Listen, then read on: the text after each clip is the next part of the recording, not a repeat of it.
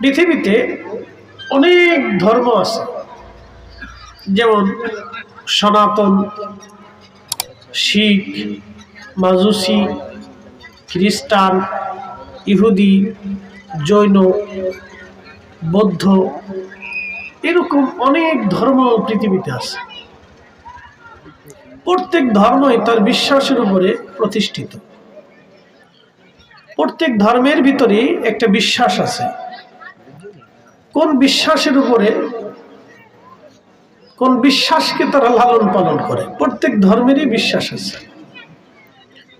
তা আমরা মুসলমান, আমাদের একটা বিশ্বাস আছে। মাজুসি যারা, তারা আগুনের পূজা করত। তারা ভাবতো এই আগুনই আমার খোদা, এই আগুনই আমার স্রষ্টা, এই আগুনই আমাকে সবকিছু দেয়। তাদের বিশ্বাস মোতাবেক আগুনই সবকিছু করে, এটা হচ্ছে তাদের বিশ্বাস। তো মনোযোগ দিবেন, আমরা যদি ধরি আগুন একসময় জ্বলে আবার নিভে যায়, বলেন আগুন জ্বালানোর জন্য যে পদার্থের দরকার, এটা না থাকলে কি আগুন জ্বলে থাকে? এটা নিভে যায়। আগুন কি নিজে নিজে জ্বলে, একজনের সাহায্যে জ্বলে? একজনের সাহায্যে জ্বলে। অথবা আগুন জ্বালিয়ে রাখার জন্য যে পদার্থ দরকার, সে পদার্থ না থাকলে আগুন জ্বলে থাকে না বা জ্বলে না।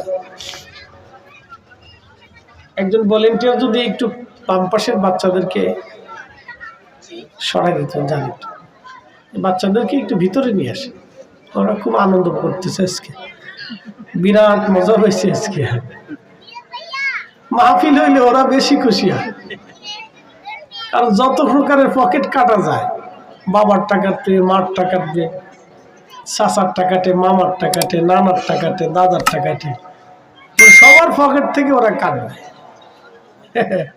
ওরা জানে যে আপনার বোনাস পাওয়া গেছে। তো বাচ্চাদেরকে সরাই দিয়ে ভিতরে নিয়ে আসেন। আমাদের অনেক বাচ্চারা ভিতরে বসে গেছে। তো প্রত্যেক ধর্মের এক একটা বিশ্বাস আছে। তা আগুনের পূজারীরা আগুনের পূজা করত, এবং আপনারা জানেন প্রাচীন ইরানিরা আগুনের পূজারী ছিল। তারা দীর্ঘদিন আগুনের পূজা করেছে, 1000 বছর ধরে তাদের মন্দিরে আগুন জ্বলে থাকতো, তারা নিভাইতো না। কিন্তু আল্লাহর হাবিব যে সময় পৃথিবীতে তাশরীফ রাখলেন, তখন ইরানিদের সেই আগুন অটোমেটিক আল্লাহর পক্ষ থেকে নিভে গেল। একসাথে বলবেন আল্লাহু আকবার। আল্লাহর নবী পৃথিবীতে তাশরীফ আনলেন, অটোমেটিক ইরানিদের সেই মাজুসি ধর্মের আগুনের মন্দিরের আগুন নিভে গেল। রোম সাম্রাজ্যের বিরাট বড় প্রাসাদের উপরে চূড়ায় ফাটল সৃষ্টি হল। এর ইঙ্গিত হচ্ছে ইরানিরা ইসলামের ছায়াতলে আসবে, এবং রোমানরাও একসময় ইসলামের সুশীতল ছায়াতলে আসবে। মনোযোগ দিবেন, আমাদের দেশে যারা সনাতন ধর্মে বিশ্বাসী, দেখেন এই যে ইসকন ফিসকন নিয়ে আমাদের দেশে এখন ঝামেলা চলতেছে। সারা ভারতবর্ষে, ভারতের ভিতরে ইসকন থেকে শুরু করে বিভিন্ন তাদের সনাতন ধর্মের ভিতরে অনেকগুলি গ্রুপ আছে। একটা গ্রুপ না, তাদের অনেক দল আছে, অনেক ধরনের পূজারী আছে সনাতন ধর্মে। এক একজন এক এক ভগবানের পূজা করে। যেমন কেউ কালী পূজা করে, কেউ দুর্গা পূজা করে, কেউ লক্ষ্মী পূজা করে, কেউ শিব পূজা করে, কেউ সরস্বতীর পূজা করে, কেউ লোকনাথের পূজা করে। এরকম এক একজনের পূজা করে। ভারতে গেলে এক দেবী, এই পাঞ্জাবে গেলে আর এক দেবী, এই আপনার উত্তরপ্রদেশে গেলে আর এক দেবী, এরপরে অন্ধ্রপ্রদেশে গেলে আর এক দেবী, এই ঝাড়খণ্ডে গেলে আর এক দেবী। মানে এক এক প্রদেশে এক এক দেবী তাদের। আবার গরুরও পূজা করে। কিসের পূজা করে? গরু। তাদের দৃষ্টিতে গাভী হচ্ছে মা, সে আমাকে দুধ দেয়, সেজন্য সে ভগবান। এটা হচ্ছে তাদের দৃষ্টিভঙ্গি। তো খুব মনোযোগ দিবেন। এইরকম দেবতা হতে হতে হতে হতে হতে হতে সনাতন ধর্মের দেবতা হয়েছে ৩৩ কোটি। কত কোটি হয়েছে? আমার দিকে তাকাবেন, একটি হিসাব বুঝে যাই। সারা পৃথিবীতে হিন্দু আছে কত কোটি? ১০০ কোটি প্লাস, ১২০ কোটি ধরেন। তো ৩৩ কোটি যদি দেবতা হয়, তাহলে বান্দা ভাগে পেল কয়জন? এক এক দেবতায় ৩ জন হিসাবে আসে। যদি দেবতা ৩৩ কোটি হয়, তাহলে বান্দা ভাগে পাইল এক এক দেবতায় ৩ জন করে। চিন্তা করেন, তার অর্থ হচ্ছে মানুষ তার নিজের বানানো অনেক ধর্মের উপরে বিশ্বাস স্থাপন করে। সনাতন ধর্মের একটা নীতি ছিল, বিশ্বাস ছিল, স্বামী মারা গেলে জীবন্ত তার স্ত্রীকে স্বামীর সাথে পুড়িয়ে মারা হতো। তাদের বিশ্বাস ছিল স্বামী স্বর্গে চলে যাচ্ছে, স্ত্রী কেন পড়ে থাকবে? স্বামীর সাথে স্ত্রীকেও একসাথে স্বর্গে পাঠানো হতো। তাহলে কি বুঝলেন? এটা কি স্রষ্টার বিধান হতে পারে, না এটা সৃষ্টির বিধান? সৃষ্টির বানানো, মৌলিক কাল্পনিক মনের একটা ইচ্ছা হলো যে স্বামী স্বর্গে চলে গেলে তাহলে স্ত্রী কেন পড়ে থাকবে। তো সেই জন্য তারা জীবন্ত স্ত্রীকে স্বামীর সাথে পুড়িয়ে মারত। এইভাবে ভারত উপমহাদেশে হাজার হাজার বছরে সনাতন ধর্মের হাজার হাজার লক্ষ লক্ষ নারীর জীবন চলে গেল। সে নারী নিজেও জানে না যে কোন কারণে আমার জীবন্ত পুরুষের সাথে পুড়িয়ে মারা হলো। এরকম হাজার হাজার লক্ষ লক্ষ নারীর জীবন জীবন্ত অবস্থায় তাদেরকে পুড়িয়ে মেরে হত্যা করা হলো।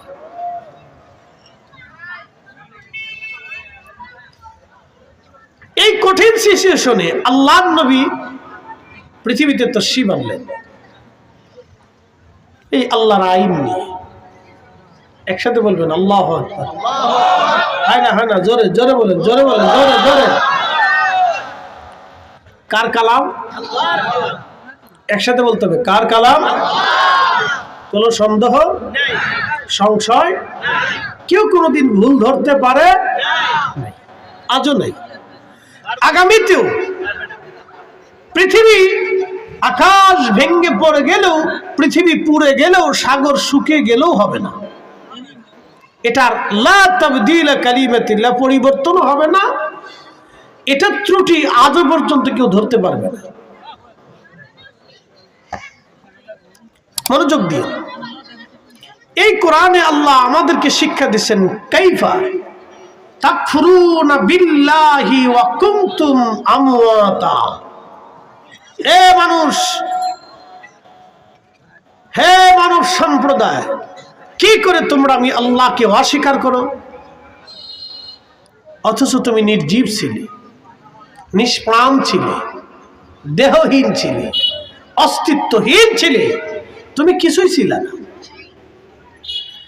আচ্ছা বলেন তো, আমরা যখন মায়ের বক্ষ দেশে, বাবার পৃষ্ঠ দেশে বিশেষ এক পানির মধ্যে আমার দেহটা লুকায়িত ছিল, তখন কি আমার কোনো অস্তিত্ব ছিল? কিচ্ছু ছিল না। তাহলে এক বাক্যে বলেন, অস্তিত্ব কে দিছে? না না, জোরে বলতে হবে, কে দিছে? তাহলে সেজদা কার হবে? আইন মানবো কার? এতে কোনো সন্দেহ নেই। সূর্য আইন মানে কার? আপনি বুঝে যাবেন। আমি সূর্যেরটা বাদ দিচ্ছি, আপনার বাড়ির কুত্তারটা আসে নাকি? বলেন তো, কুত্তা বাদ দিয়ে শিয়াল এনে আপনি কি বাড়ি পাহারা দিয়ে হইতে পারবেন? বলে কারণ কি? শিয়াল দেখতে যেমন, কুত্তাও দেখতে সেম সেম, অত 19-20। কিন্তু শিয়াল এনে কুত্তা বাদ দিয়ে আপনি বাড়ি পাহারা দিতে পারবেন না, মুরগিও পাহারা দিতে পারবেন না। আপনি শিয়ালরে যত আদর করেই খাওয়ান, আর যত ওরে আদরই করেন, ও মুরগি চুরি করে ভাগবে। কি কথা ঠিক কিনা? আল্লাহ ওরে আইন দিছে, তুই জঙ্গলে থাকবি আর মানুষের মুরগি চুরি করবি। এটা আল্লাহর জন্য হালাল করে দিছে। একসাথে বলবেন আল্লাহু আকবার। আল্লাহর জন্য কি করছে? হালাল করছে, ও আল্লাহর আইনে জঙ্গলে থাকে। কুকুর আপনি লাঠি দিয়ে যতই পিটান ও জঙ্গলে যাবে না। ও আপনার বাড়িতে পচা গলা মন্দ ভালো সব খেয়ে, এই যে প্রচন্ড শীতের ভিতরে আপনি যখন কম্বল মুড়ি দিয়ে ঘুমান, ও তখন আপনার বাড়ির উঠানে ঠান্ডা মাটির মধ্যে কাঁপে আর ঘুমায়, আর আপনার বাড়ির পাহারা দেয়। কারণ আল্লাহর আইনে কুত্তাকে আল্লাহ আপনার বাড়ি পাহারা দেওয়ার জন্য নিয়োজিত করে রাখছে। একসাথে বলবেন না আল্লাহু আকবার। কুকুর কার আইন মানে? না না, একসাথে বলতে হবে, কার আইন মানে? ও আল্লাহর ফয়সালা মানে। কিন্তু আমরা মানুষই শুধু আল্লাহর ফয়সালা মানি না। ওয়াজ বেশি সময় লাগে না, শুধু আপনার হৃদয় থেকে যেন অনুভূতি আসে, তো এমনিতেই আপনার সেজদায় মাথা অবনত হবে। এই জন্য তাসাউফে, তরিকতে তাসাউফে একটা আমাদের জন্য সবক আছে, এটার নাম হচ্ছে মুরাকাবা। এটার নাম কি? মুরাকাবা। এই মুরাকাবাটা আপনাকে চিন্তা করতে হবে যে কেন আল্লাহ আপনাকে দুনিয়াতে পাঠাইলেন, আপনি কেন পৃথিবীতে আসছেন, আপনার করণীয় কি, আপনাকে কি করে যেতে হবে। এই তাফাক্কুর যদি কেউ করে, এই চিন্তা যদি কেউ করে, এই মুরাকাবার সবকের ভিতরে যদি কেউ আসে, তাহলে তার জীবন পরিবর্তন হতে থাকে। আপনাদেরকে আরো বুঝাই, সূর্য যখন পূর্ব আকাশ থেকে উদিত হয়, পশ্চিমে ডুবে যায়, বলেন সূর্যটা কার আইনে উঠে? না আবহাওয়া দপ্তরের অধীনে থাকে? আবার ডুবার সময় সে ঠিকই প্রতিনিয়ত আল্লাহর আইনেই ডুবে যায়। الشمس والقمر بحسبان والنجم والشجر يسجدان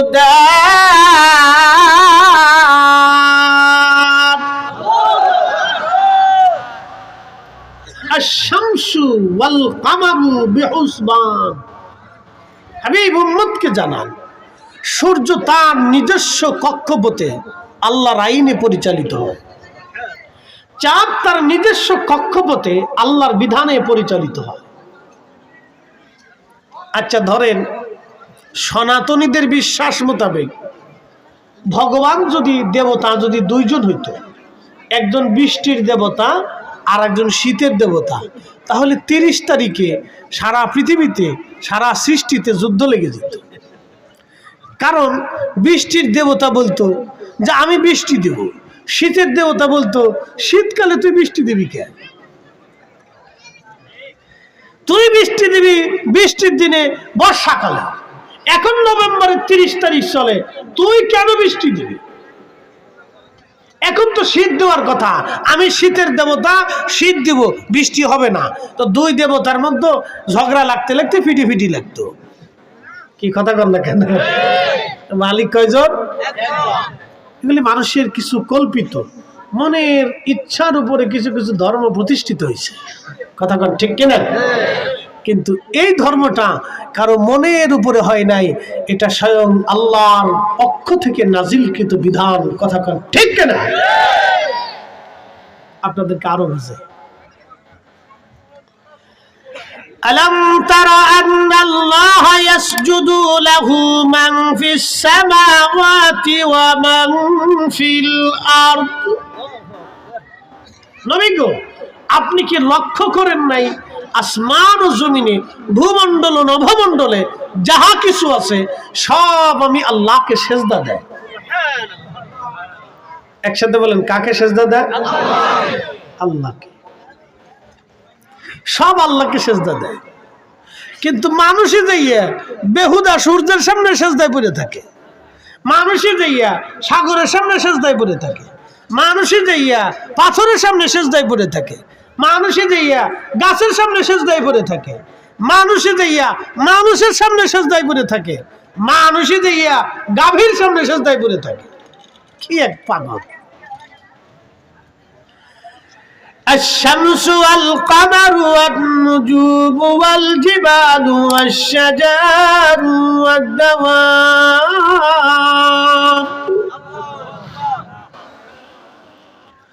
والدواب وكثير من الناس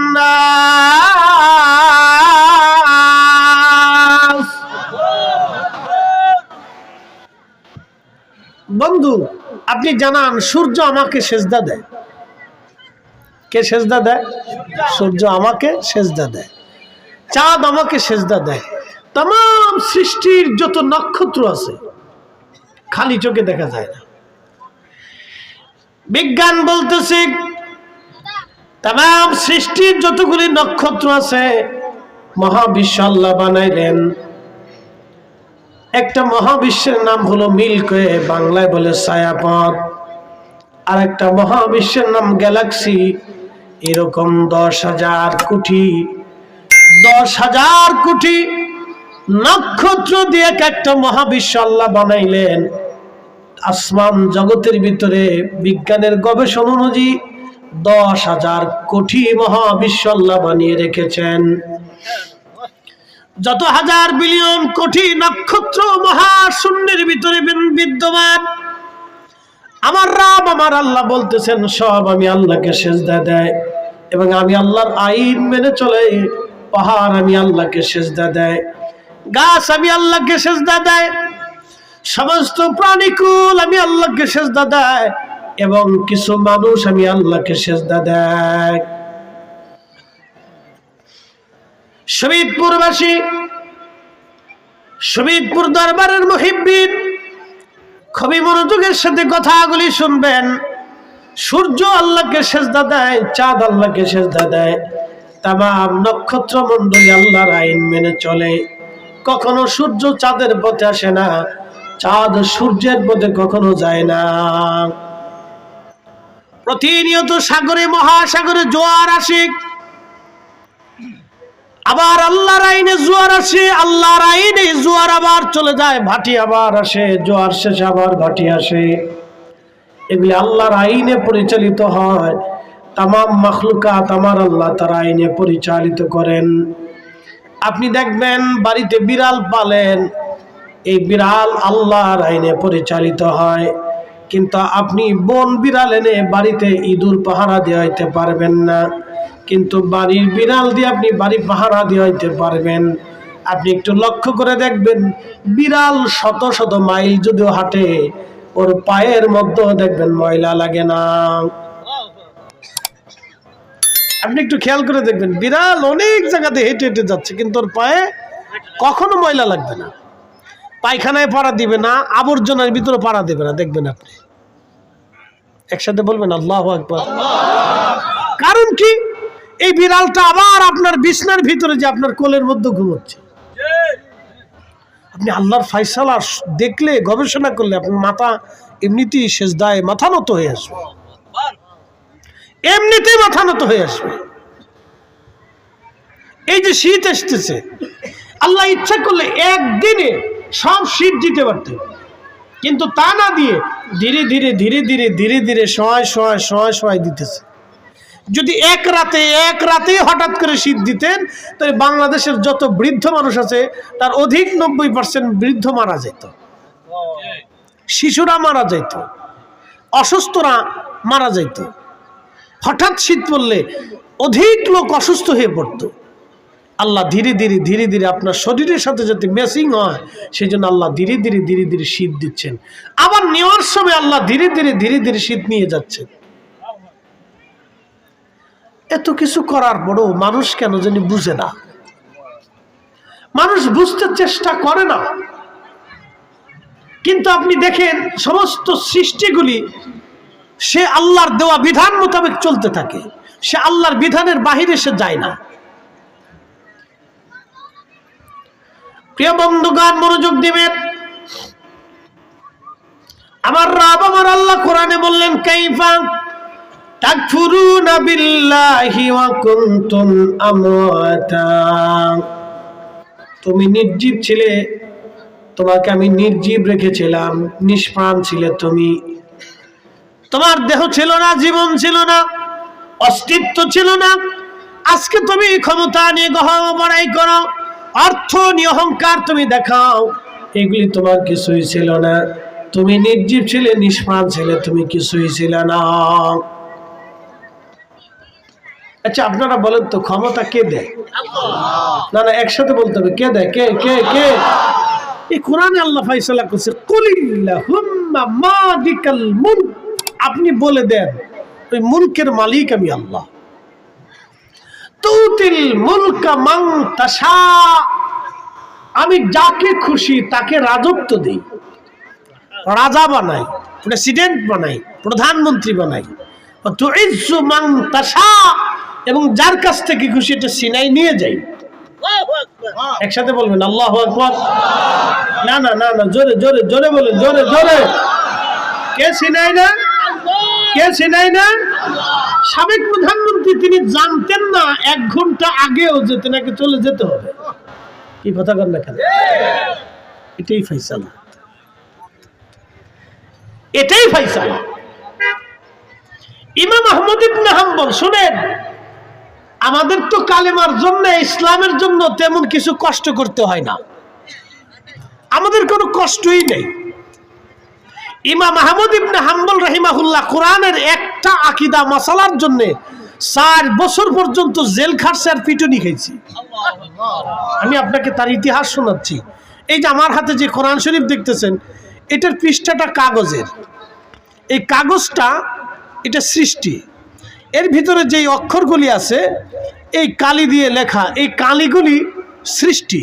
কিন্তু যেই কথাগুলি আছে, ইয়াসআলুনাকা আনিশ শাহরিল হারাম, এই যে কথাগুলি আল্লাহ লেখছেন, যুজ্জিনা লিল্লাযিনা কাফারু ওয়াল হায়াতুদ দুনিয়া, এই যে কথাগুলি আল্লাহ লেখছেন, এই কথাগুলি কোনো সৃষ্টি না, এটা আল্লাহর জবানের কালাম। একসাথে বলেন আল্লাহু আকবার। কার কালাম?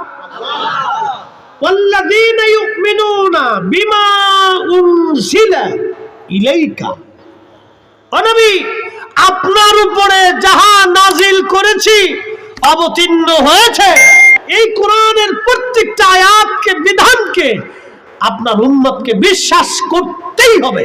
একসাথে বলবেন আল্লাহু আকবার। বিশ্বাস করতেই হবে, জোরে বলেন, বিশ্বাস করতেই হবে, বিশ্বাস করতেই হবে। তাহলে কোরআন কার কালাম? যেহেতু এটা আল্লাহর কালাম, অতএব এটা সৃষ্টি না, এটা কালামুল্লাহ, মালিকের কালাম। তো তৎকালীন খলিফা ইমাম আহমদ ইবনে হাম্বল রাহিমাহুল্লাহকে বললেন, আপনি বলেন কোরআন সৃষ্টি। ইমাম আহমদ ইবনে হাম্বল বললেন, খলিফা, যেটা আল্লাহ বলে নাই, রাসূল বলে নাই, সেটা আমি বলবো না। যেটা আল্লাহ বলে নাই, রাসূল বলে নাই, সেটা আমি বলবো না। ইমাম আহমদ ইবনে হাম্বলকে জেলখানায় দিয়ে দেওয়া হলো। অন্ধকার কারাষ্টিক, কারাঘরের ভিতরে অন্ধকারে থেকে নিমজ্জিত করা হলো, অন্ধকারে রাখা হয়। প্রত্যেক দিন তাকে জেলখানা থেকে বের করে 10টা করে চাবুক দিয়ে তার পিঠের মধ্যে আঘাত করা হতো। 10টা আঘাত করার পরে কোনো ওষুধ ব্যবহার করতে দেওয়া হতো না, ক্ষত স্থানে কোনো ওষুধ দেওয়া হতো না, কোনো চিকিৎসা তাকে দেওয়া হতো না। আবার পরের দিন বের করে আরো 10টা চাবুকের পিটুনি তাকে মারা হতো। চাবুকের পিটুনি খেয়ে পিঠের চামড়াগুলি খসে গেল, ফেটে গেল। 1 আর 2 বছর না, 4 বছর পর্যন্ত প্রত্যেক দিন 10টা করে যদি চাবুকের পিটুনি খায়, আপনি দেখেন 4 বছরে কত হাজার চাবুকের পিটুনি খেয়েছে। তারপরও তার জবান থেকে বলতে পারে নাই, বলাইতে পারে নাই কোরআন আল্লাহ সৃষ্টি। তিনি একটাই জবাব দিতেন, যেটা আল্লাহ বলে নাই, রাসূল বলে নাই, আমি মরে গেলেও সেটা বলবো না। একসাথে বলেন আল্লাহু আকবার। তেলের গাড়ি তেলে চলি, হাওয়ার গাড়ি হাওয়ায় উড়ে, বিনা তেলে চালাই গাড়ি নবী সুলাইমান। আমরা সেই মুসলমান। ঠিক কিনা? আমরা সেই মুসলিম। হযরত ইমাম আহমদ ইবনে হাম্বল 4 বছর পর্যন্ত জেলখানায় পিটুনি খেতে লাগলেন। 4 বছরে পিঠের চামড়া খসে গেল, গোশত পচে গেল, কলতানি বের হতো, রক্ত বের হতে থাকতো। ওই অবস্থায় তিনি নামাজ পড়তেন, ওই অবস্থায় তিনি নামাজ ছাড়তেন না, নামাজ আদায় করতেন। এক জেলখানার কয়েদি ওনাকে জিজ্ঞেস করলেন, ইমাম আপনি জেলখানার ভিতরে রক্ত মাখা অবস্থায় কি করে আপনি নামাজ পড়েন? কোন বিধানে, কোন আইনে, কোন দলিলে রক্ত ঝরা অবস্থায় নামাজ পড়েন আপনি? ইমাম আহমদ ইবনে হাম্বল জবাব দিলেন, হে আল্লাহর বান্দা ফারুক আযম হযরত ওমর রাদিয়াল্লাহু আনহু, ওনাকে যখন ছুরিকাঘাত করা হয়েছিল 3 দিন পর্যন্ত তিনি আহত ছিলেন, রক্ত বন্ধ হয় নাই, ওনার রক্তক্ষরণ হচ্ছিল। ওই রক্তমাখা অবস্থায়, তিনি রক্তক্ষরণ অবস্থায় হযরত ওমর এক ওয়াক্ত নামাজ তিনি ছাড়েন নাই। হযরত ওমর যদি নামাজ না ছাড়তে পারে তাহলে আহমদ ইবনে হাম্বল কেন নামাজ ছেড়ে দিবে? আমার কথা কি বুঝতে কোনো অসুবিধা হচ্ছে আপনাদের? বোঝার চেষ্টা করবে। আমরা এখানে আসছি কিছু বোঝার জন্য। এই জন্য আমি হুজুরকে বলছি, হুজুর আমি একটু লং টাইম কথা বলি, তো মনোযোগ দেন। আমরা কিছু বোঝার জন্য আসছি, কিছু শিখার জন্য আসছি। যদিও আমার চাইতে অনেক বিজ্ঞ উলামা ইকরাম এখানে বসে আছেন যাদের ছাত্র হওয়ার যোগ্যতা আমার নাই, কিন্তু বাচনভঙ্গি সুন্দর বিধে আমার এখানে বসাইছে, আপনি কিছু বলেন, অন্যথায় কিছু না। আমার চাইতেও অনেক অনেক বিজ্ঞ যাদের ছাত্র হওয়ারও যোগ্যতা আমার নাই, কিন্তু আমাকে এখানে বসাইছে, বাচনভঙ্গি সুন্দর, আমি সুন্দর বলতে পারবো, এই জন্য বসাইছে, অন্য কিছু না। তারাও কিন্তু সারা জিন্দেগি জীবন ভর পড়াইতে পড়াইতে আমার মতো বহু ছাত্ররে পড়ায় আলেম বানাইছে। কথা ঠিক কিনা? কিন্তু আমার বাচনভঙ্গি সুন্দর, এই জন্য বসাইছে যে আপনি কিছু বলেন। এই তো মনোযোগ দিন। তো আমার একজন উস্তাদ ছিলেন, খুব বয়োবৃদ্ধ হুজুরের কাছে আমরা বুখারী শরীফ পড়ছি। বরিশাল বাড়ি ছিল হুজুরের, উস্তাদজির বাড়ি বরিশাল ছিল। খুব বয়স্ক, জীবনে জুব্বা কোনোদিন আয়রন করে পড়ছে না। তো বহুবার বলছি যে হুজুর জুব্বাটা দেন, আমি একটু ধুয়ে পরিষ্কার করে আয়রন করে দিই। না বাবা, বাঁচবই কয়দিন, আর এটা আয়রন করে কি করবো? মানে সেই আদি যুগের লোক ছিল আর কি। তো উনি এই বয়ান করতে পারতেন না, কিন্তু এলিমের দিক দিয়ে খুব পাকা ছিলেন। আমাকে মাঝে মধ্যে বলতেন, মনু তুমি এরকম মিষ্টি মিষ্টি কথা কোথার থেকে শিখছো, কেমনে পারো? তা বললাম, উস্তাদ জি আল্লাহ আপনাদের দিছে আমরারে শেখানোর জন্য, আর আল্লাহ আমরারে দিছে সাধারণ পাবলিকের বোঝানোর জন্য। আপনার এক কাজ, আমরার আর এক কাজ। এটা আল্লাহরই দয়া, কারণ আমাদের কথাগুলি একবারে আপামর জনতা, একবারে মানে কৃষক থেকে শুরু করে দিন মজুর থেকে শুরু করে সাধারণ ব্যক্তি থেকে শুরু করে কম বেশি সর্বমহলেই আমাদের কথাগুলি শোনে। ওই যে আমাদের এই বাচনভঙ্গি সুন্দর, আমরা সাজায় সাজায় কথা বলতে পারি, এটা একটা অভিজ্ঞতা, এটা আল্লাহর দয়া। আর উস্তাদজিদেরকে আল্লাহ দিছে আমরারে ফরাইয়া মানুষ বানানোর জন্য। তা মনোযোগ দিন। ইমাম আহমদ ইবনে হাম্বল রাহিমাহুল্লাহ, আল্লাহু আকবার, 4 বছর পার হলো। কত বছর? 4 বছর। পিঠের গোশত পচে গেল, গোশতের ভিতরে পোকা লেগে গেল। আহা, কত নিদারুণ কষ্ট তার জীবনে হয়েছিল 4 বছর। 4 বছর শেষে জেলার এসে ওনাকে বলতেছে, হুজুর ইমাম আপনার সকাল ফজরের পরে আপনাকে ফাঁসি দেওয়া হবে, তো আপনি কোনো কিছু চাওয়ার ইচ্ছা আকাঙ্ক্ষা কি আছে? তাহলে আমাকে বলতে পারেন। ইমাম আহমদ ইবনে হাম্বল মুস্কি হাসি দিয়ে বললেন, জেলার আপনার কাছে আমার চাওয়ার এবং আকাঙ্ক্ষা বলার কিছু নাই, আমি যাহা বলার মালিকের কাছে বলি।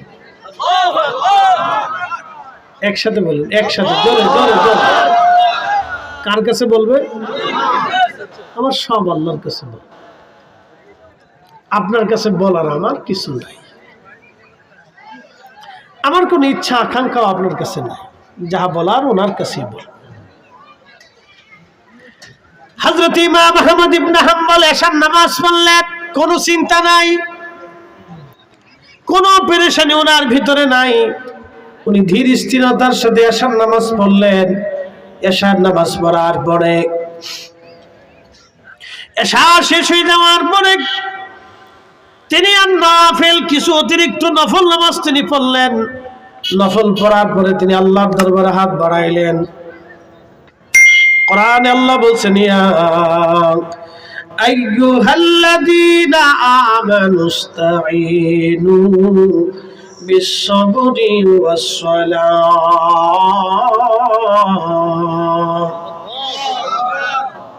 কোরআনে আল্লাহ বললেন,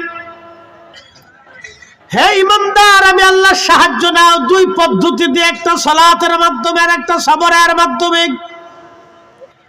একটা নামাজের মাধ্যমে তুমি আমি আল্লাহর সাহায্য নাও। ইমাম আহমদ ইবনে হাম্বল নামাজ শেষ করার পরে তিনি আল্লাহর দরবারে হাত বাড়ায় বলেন, ইয়া রাব্বি, 4টা বছর ধরে আমার অভিযোগ অনুযোগ তোমার কাছে কিছুই বলি নাই। এক জালেম 4 বছর ধরে আমাকে জেলখানায় মারতেছে, অত্যাচার করতেছে। আল্লাহ, আমি শুনছি সে আমাকে সকালবেলা ফাঁসির কাস্টে ঝুলাবে। আল্লাহ, আমি আহমদ ইবনে হাম্বল তোমার গোলাম। রব্বুল আলামিন, যদি কোরআন তোমার সৃষ্টি হয় তাহলে আহমদ ইবনে হাম্বলকে তুমি হেদায়েত দাও। আর যদি কোরআন শরীফ তোমার সৃষ্টি না হয়ে তোমার কালাম হয় রব্বুল আলামিন, তাহলে ওই জালেম বাদশাকে দুনিয়া থেকে বিদায় করে তার থেকে তুমি আমাকে পানা দাও, আমাকে হেফাজত করো আল্লাহ। দোয়া করলেন ইমাম আহমদ ইবনে হাম্বল। তাহলে বলেন, আলেমদের দোয়া কবুল হয়?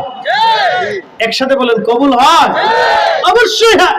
নজরুলের দোয়া কবুল হয়, আলেমদের দোয়া অবশ্যই কবুল হয়, অবশ্যই মঞ্জুর হয়।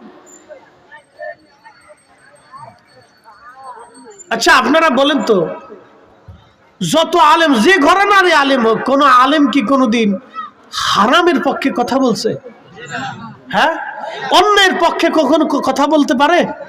কখনোই না। কোন আলেমই অন্যায়কে সাপোর্ট করে না। না, যেটা ন্যায় সেটা ন্যায় বলে, যেটা অন্যায় সেটা অন্যায় বলে, যেটা চুরি সেটাকে চুরি বলে, যেটা ভালো সেটাকে ভালো বলে, যেটা অন্যায় সেটা অন্যায়।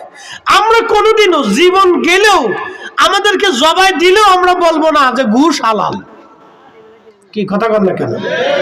আমরা যদি মেরেও ফেলে দেন তাও কোনোদিন বলবো না যে এই সরকারি সম্পদ, রাষ্ট্রীয় সম্পদ চুরি করে খাওয়া হালাল। এই কথা আমরা কোনোদিন বলবো না। যতদিন আমরা বেঁচে থাকবো ততদিন আমরা বলবো এটা অন্যায়, এটা চুরি। কথা বল না কেন? ঠিক কিনা? এটা আমরা সারা জীবনই বলে যাবো, এটা বলতেই হবে। তো মনোযোগ দিয়ে ইমাম আহমদ ইবনে হাম্বল রাহিমাহুল্লাহ দোয়া করলেন, আল্লাহর আসমানে কবুল হয়ে গেল। উনি সারা রাত আল্লাহর ইবাদতে কাটাইলেন, তাহাজ্জুদ পড়লেন, কোনো পেরেশানি নেই। ফজর পড়লেন। ফজর পড়ার পরে জেলার এসে বলতেছে, হুজুর, ইমাম আপনার জন্য একটা সুসংবাদ আছে। বলে, কি সংবাদ? বলে, বর্তমান যিনি খলিফা আছেন তিনি রাত্রিবেলা তাকে হত্যা করা হয়েছে। তিনি দুনিয়ার থেকে বিদায় হয়ে গেছেন, আল্লাহ তাকে দুনিয়ার থেকে নিয়ে গেছে। একসাথে বলবেন আল্লাহু আকবার। বলেন, আলেমদের দোয়া কবুল হয় কিনা? হ্যাঁ, হয়, হয়, এটা হয়, এটা অবশ্যই হয়। আলেমদের দোয়া কবুল হয়। প্রিয় উপস্থিতি, মনোযোগ দিবেন। পরের খলিফা এসে জেলারকে হুকুম করলেন, তাড়াতাড়ি ইমামকে বের করে নিয়ে আসেন, ওনাকে আর জেলখানায় রাখা যাবে না। জেল থেকে বের করার পরে উনি নির্দেশ দিলেন, চিকিৎসককে বললেন ইমামের চিকিৎসায় যেন কোনো ত্রুটি না হয়, সর্বোচ্চ মেধা দিয়ে, চিকিৎসা শাস্ত্রের মেধা দিয়ে তার চিকিৎসা করবেন। আহা, ওনার জীবনীর মধ্যে ওনার গোশতগুলি জায়গায় জায়গায় পচে গিয়েছিল, জায়গায় জায়গায় পচে গিয়েছিল। চিকিৎসক ছুরি দিয়ে কেটে কেটে কেটে কেটে পচা গোশতগুলি ফেলিয়ে দিয়ে তারপরে ওইখান দিয়ে ওষুধ লাগিয়ে চিকিৎসা করিয়েছিলেন। 4 বছর পর্যন্ত একটার পর একটা পিটুনি খাইছে। শুনলে খুশি হবেন, 4 বছরই জেলখানার ভিতরে 80 বার আল্লাহর নবী উনার সাথে দেখা করে গেছে। না না, জোরে জোরে জোরে বলেন আল্লাহু আকবার। কতবার? 80 বার এসে আল্লাহর নবী তার সাথে দেখা করে গেছে। ইলমুদ্দিন এক অশিক্ষিত যুবক, কাঠ মিস্ত্রি জুগাইল্লা ছিল। আমাদের ফরিদপুরের ভাষা বলে জুগাইল্লা, সাতপুরে কি বলে? জুগালি না, জুগালি। তো কাঠ মিস্ত্রি জুগালি ব্রিটিশ আমলে কত 100 টাকা বেতন পাইত। ও দিন আনতো, দিন খাইত। ভারতের এক সনাতন ধর্মের এক লেখক, তিনি বই লিখল রঙ্গিলা রসুল। রঙ্গিলা রসুল নাকি আল্লাহর হাবিবের চরিত্রে সে বাজে বাজে কথা বলল। সে বুঝাইতে চাইল যে মুহাম্মদ সাল্লাল্লাহু আলাইহি সাল্লাম আল্লাহর পেয়ারা রসুল, অধিক পরিমাণে বিয়ে করেছিলেন তিনার কাম পিপাসা, নিজের খায়েশ মনোবাসনা পূরণ করার জন্য। লা হাওলা ওয়ালা কুওয়াতা ইল্লা বিল্লাহ আলিয়্যিল আযীম। কথা ভালো করে বুঝবেন, আল্লাহর হাবিবের যতজন স্ত্রী ছিলেন, আমাদের আম্মা, আমাদের মা, আমাদের কি? জোরে বলেন আমাদের মা। জোরে বলেন আমাদের কি? একসাথে বলেন আমাদের কি? মা। ওনাদেরকে সম্মানের চোখে দেখতে হবে, মা, মায়ের নজরে দেখতে হবে। আমার রাসূলের যতজন স্ত্রী ছিলেন উম্মাহাতুল মুমিনিন, আমাদের মা। একজন মা ছিলেন বৃদ্ধা, তিনি হযরত সাউদা রাদিয়াল্লাহু আনহা। বৃদ্ধা, চামড়া ঘুষিয়ে গেছে। আচ্ছা বলেন তো, একজন মানুষের বৃদ্ধা একজন নারী দিয়ে বিয়ে করার কি প্রয়োজনীয়তা আছে? তাকে বিয়ে করে আল্লাহ রাসূল আশ্রয় দিয়েছিলেন। আমাদের আম্মাজান আয়েশা সিদ্দিকের সবচেয়ে কম বয়সী ছিলেন, নবী বিয়ে করতে চান নাই। হযরত সিদ্দিক আকবর রাদিয়াল্লাহু আনহু, তিনি এতটাই রাসূলকে ভালোবাসতেন যে তিনি বলতেছেন, ইয়া রাসূলুল্লাহ, আমি তো আপনার বাহিরের খেদমত করলাম, মাল দিয়ে খেদমত করলাম, আমার কন্যাটাকে আপনার সাথে বিয়ে দিয়ে আপনার সাথে আত্মীয়তার সম্পর্ক করে রক্তের সম্পর্ক করতে চাই। একসাথে বলবেন আল্লাহু আকবার।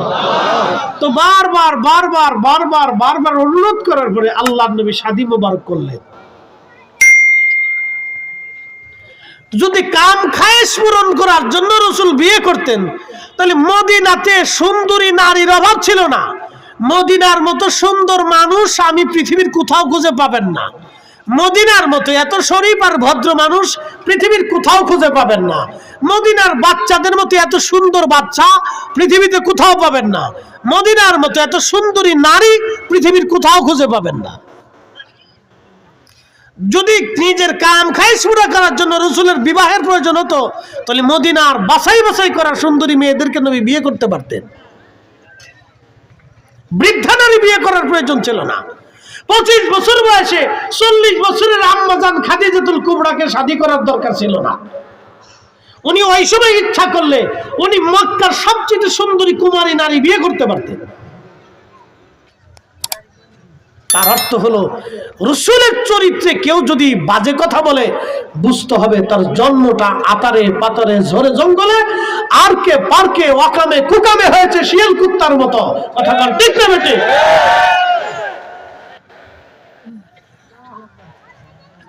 প্রিয় হাজিরিন, ইলমুদ্দিন পাকিস্তানের লাহোরে, অবিভক্ত ভারত পাকিস্তান তখন ব্রিটিশ আমল। লাহোরে বসে চিন্তা করলো, তাহলে আর তাকে বাঁচিয়ে রাখা যাবে না। গুস্তাখে রাসূলকে দুনিয়ার থেকে বিদায় করে দেওয়া হবে।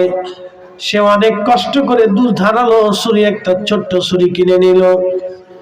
সুদূর লাহোর থেকে কলিজার ভিতরে রাসূল প্রেম তোর দাও দাও করে জ্বলতেছে। হয় আমি মরবো, না হয় সে মরবে। হয় আমি মরবো, না হয় সে মরবে। ইলমুদ্দিন একজন কাঠ মিস্ত্রি, সুদূর পাকিস্তানের লাহোর থেকে রওনা দিয়ে ভারতে আসলো। ভারতের দিল্লির আদালতে উঠে আদালত প্রাঙ্গণে সেই গুস্তাখে রাসূলকে হত্যা করলো। আদালত প্রাঙ্গণে সবার সামনে তাকে হত্যা করা হলো। ইলমুদ্দিনকে পুলিশ ধরে নিয়ে গেল, বিচারকরা বিচার করবে। ইলমুদ্দিনের যিনি আইনজীবী ছিলেন, তিনি জেলখানায় এসে ইলমুদ্দিনের সঙ্গে কথা বলবেন। দেখা করে বলেন, ইলমুদ্দিন, তুমি এক সুঠাম দেহের যুবক, কিছুদিন মাত্র তুমি বিয়ে করেছো, তোমার সংসার হবে, জীবন হবে, তুমি একটা মার্ডার করে ফেলছো। ইলমুদ্দিন, শুধু তুমি বলবা যে এটা আমি ভুলে করে ফেলেছি, অথবা আমার ওই সময় সেন্সলেস ছিল, আমি বুঝতে পারি নাই। শুধু এই কথাটা যদি আদালত প্রাঙ্গণে তুমি দাঁড়ায় বলো, তাহলে আমি আইনজীবী তোমাকে মৃত্যুদণ্ড থেকে বাঁচিয়ে দিতে পারবো, নতুবা তোমাকে মৃত্যুদণ্ড থেকে বাঁচানো সম্ভব হবে না। ইলমুদ্দিন জবাব দিল, আইনজীবী, আদালত প্রাঙ্গণে আমি একটা মিথ্যা কথাও বলতে পারবো না, কারণ আমি আমার রসুলের জন্য তাকে হত্যা করেছি, যার জন্য জীবন দেওয়ার জন্য প্রস্তুত আছি, যার প্রেমের মালা গলায় দিয়েছি, তার জন্য ফাঁসির মালা গলায় দিতে প্রস্তুত আছি। একবার জোরে বলা যাবে আল্লাহু আকবার। সুঠাম দেহের এক যুবক, অশিক্ষিত, কোন রকম মক্তবে লেখাপড়া করছে, কাঠ মিস্ত্রি, জুগাইলে, কলিজার ভিতরে রসুলের প্রেম, ইমান, ইয়াকিন তার এত দৃঢ় মজবুত হলো, সে বলল না, এটা হবেই না। তো সে প্রকাশ্যে স্বীকার করলো, হ্যাঁ আমি স্ব-ইচ্ছায় আমি তাকে হত্যা করছি। ব্রিটিশ আদালত তাকে মৃত্যুদণ্ড দিল, ফাঁসির কাস্টে উঠানো হলো। ইলমুদ্দিন মুস্কি মুস্কি হাসে, একসাথে বলবেন আল্লাহু আকবার। মুস্কি মুস্কি হাসে। তো বিচারক জিজ্ঞেস করলো, তুমি হাসো কেন? তোমার কি ভয় করে না? কি জন্য তুমি হাসতেছ? ইলমুদ্দিন জবাব দিল, হাসবো না তো কাঁদবো নাকি? আমি যার জন্য আজ ফাঁসির মালা গলায় দিচ্ছি, তিনি গত রাত আমার সাথে স্বপ্নে দেখা করে আমাকে জান্নাতের সুসংবাদ দিয়ে গেছে, বলে গেছেন কিছুক্ষণ পরেই আমি তার সাথে সাক্ষাতে চলে যাব। নানা হাত উঁচা করে বলেন আল্লাহু আকবার, আরো জোরে বলেন আল্লাহু আকবার। বলেন আল্লাহ আছে, আমার রসুল আছে। ওই বাজে যত দেবতা, ধর্ম, অন্ধবিশ্বাস সব পৃথিবীতে, এগুলি সব মিথ্যা, মানুষের বানানো।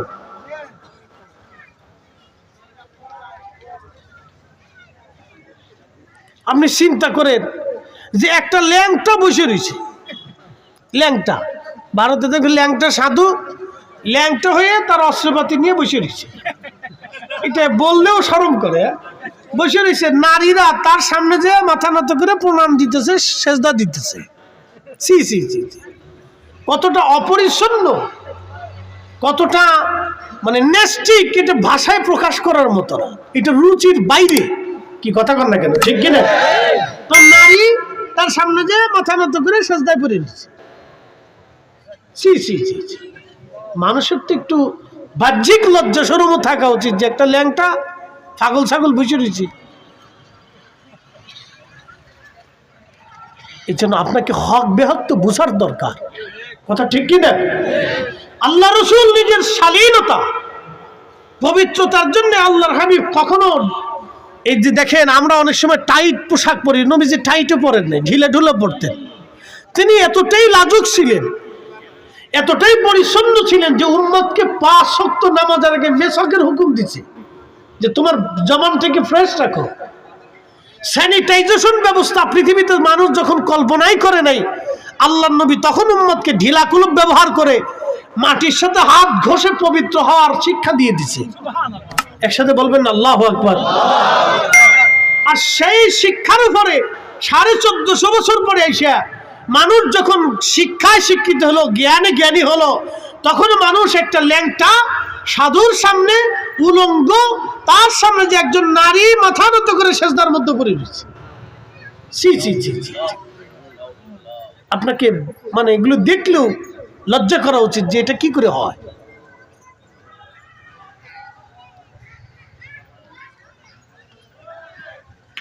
এই উপস্থিতি, এই জন্য আপনাদেরকে দিন ইসলাম আমাদেরকে বুঝাটা জরুরি, এগুলি শেখা জরুরি, এগুলি জানা জরুরি। তারা হলে আমাদের যুব শ্রেণী, আগামীর যুব শ্রেণী দেখবেন লক্ষ লক্ষ তরুণ বিপদগামী। বলে হুজুর কারণ কি? কয়েকদিন আগে পাকিস্তানের এক শিল্পী আসছে বাংলাদেশে, কি নাম আমার হয়তো মনে নেই এখন, যাক যে নামই হোক, তার গান বলে সুন্দর, আমি জীবনে কোনোদিন শুনি টুনি নেই, বা এটা আসেও নাই কখনো।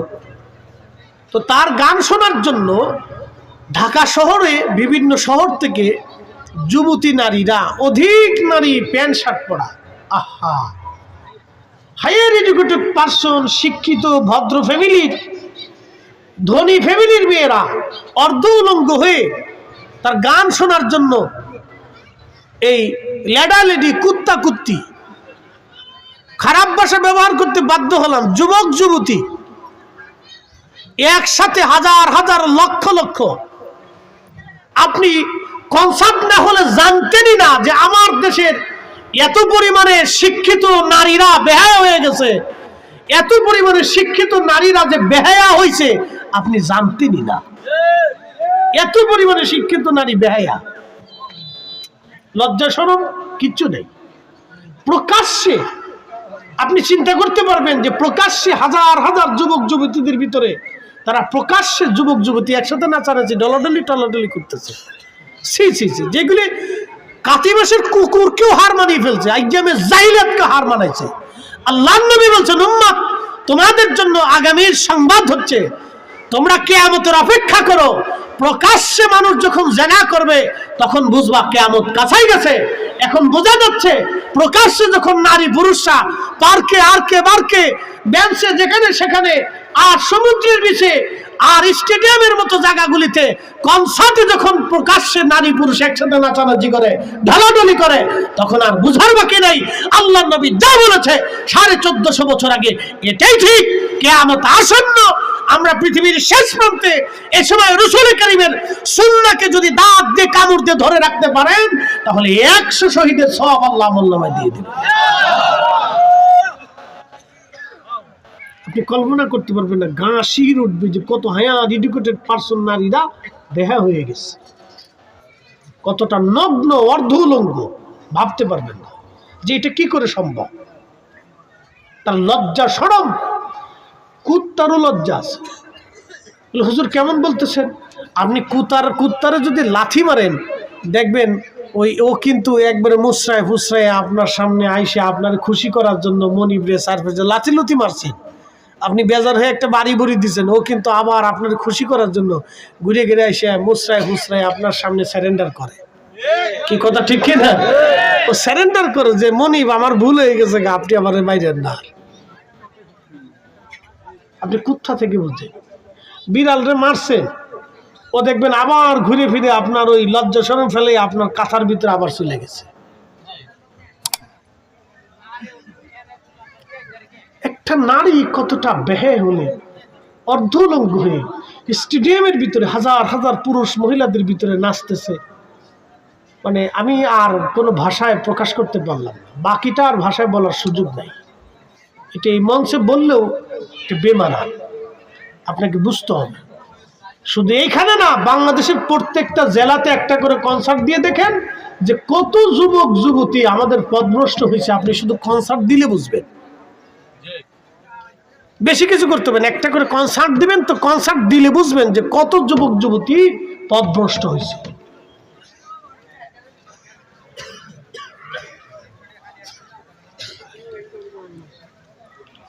আহা, এই জন্য আল্লাহ বলছেন কাইফা তাকফুরুনা বিল্লাহি ওয়া কুনতুম আমওয়াতা, কি করে তোমরা আমি আল্লাহকে অস্বীকার করো অথচ তুমি নির্জীব ছিলে, নিষ্প্রাণ ছিলে।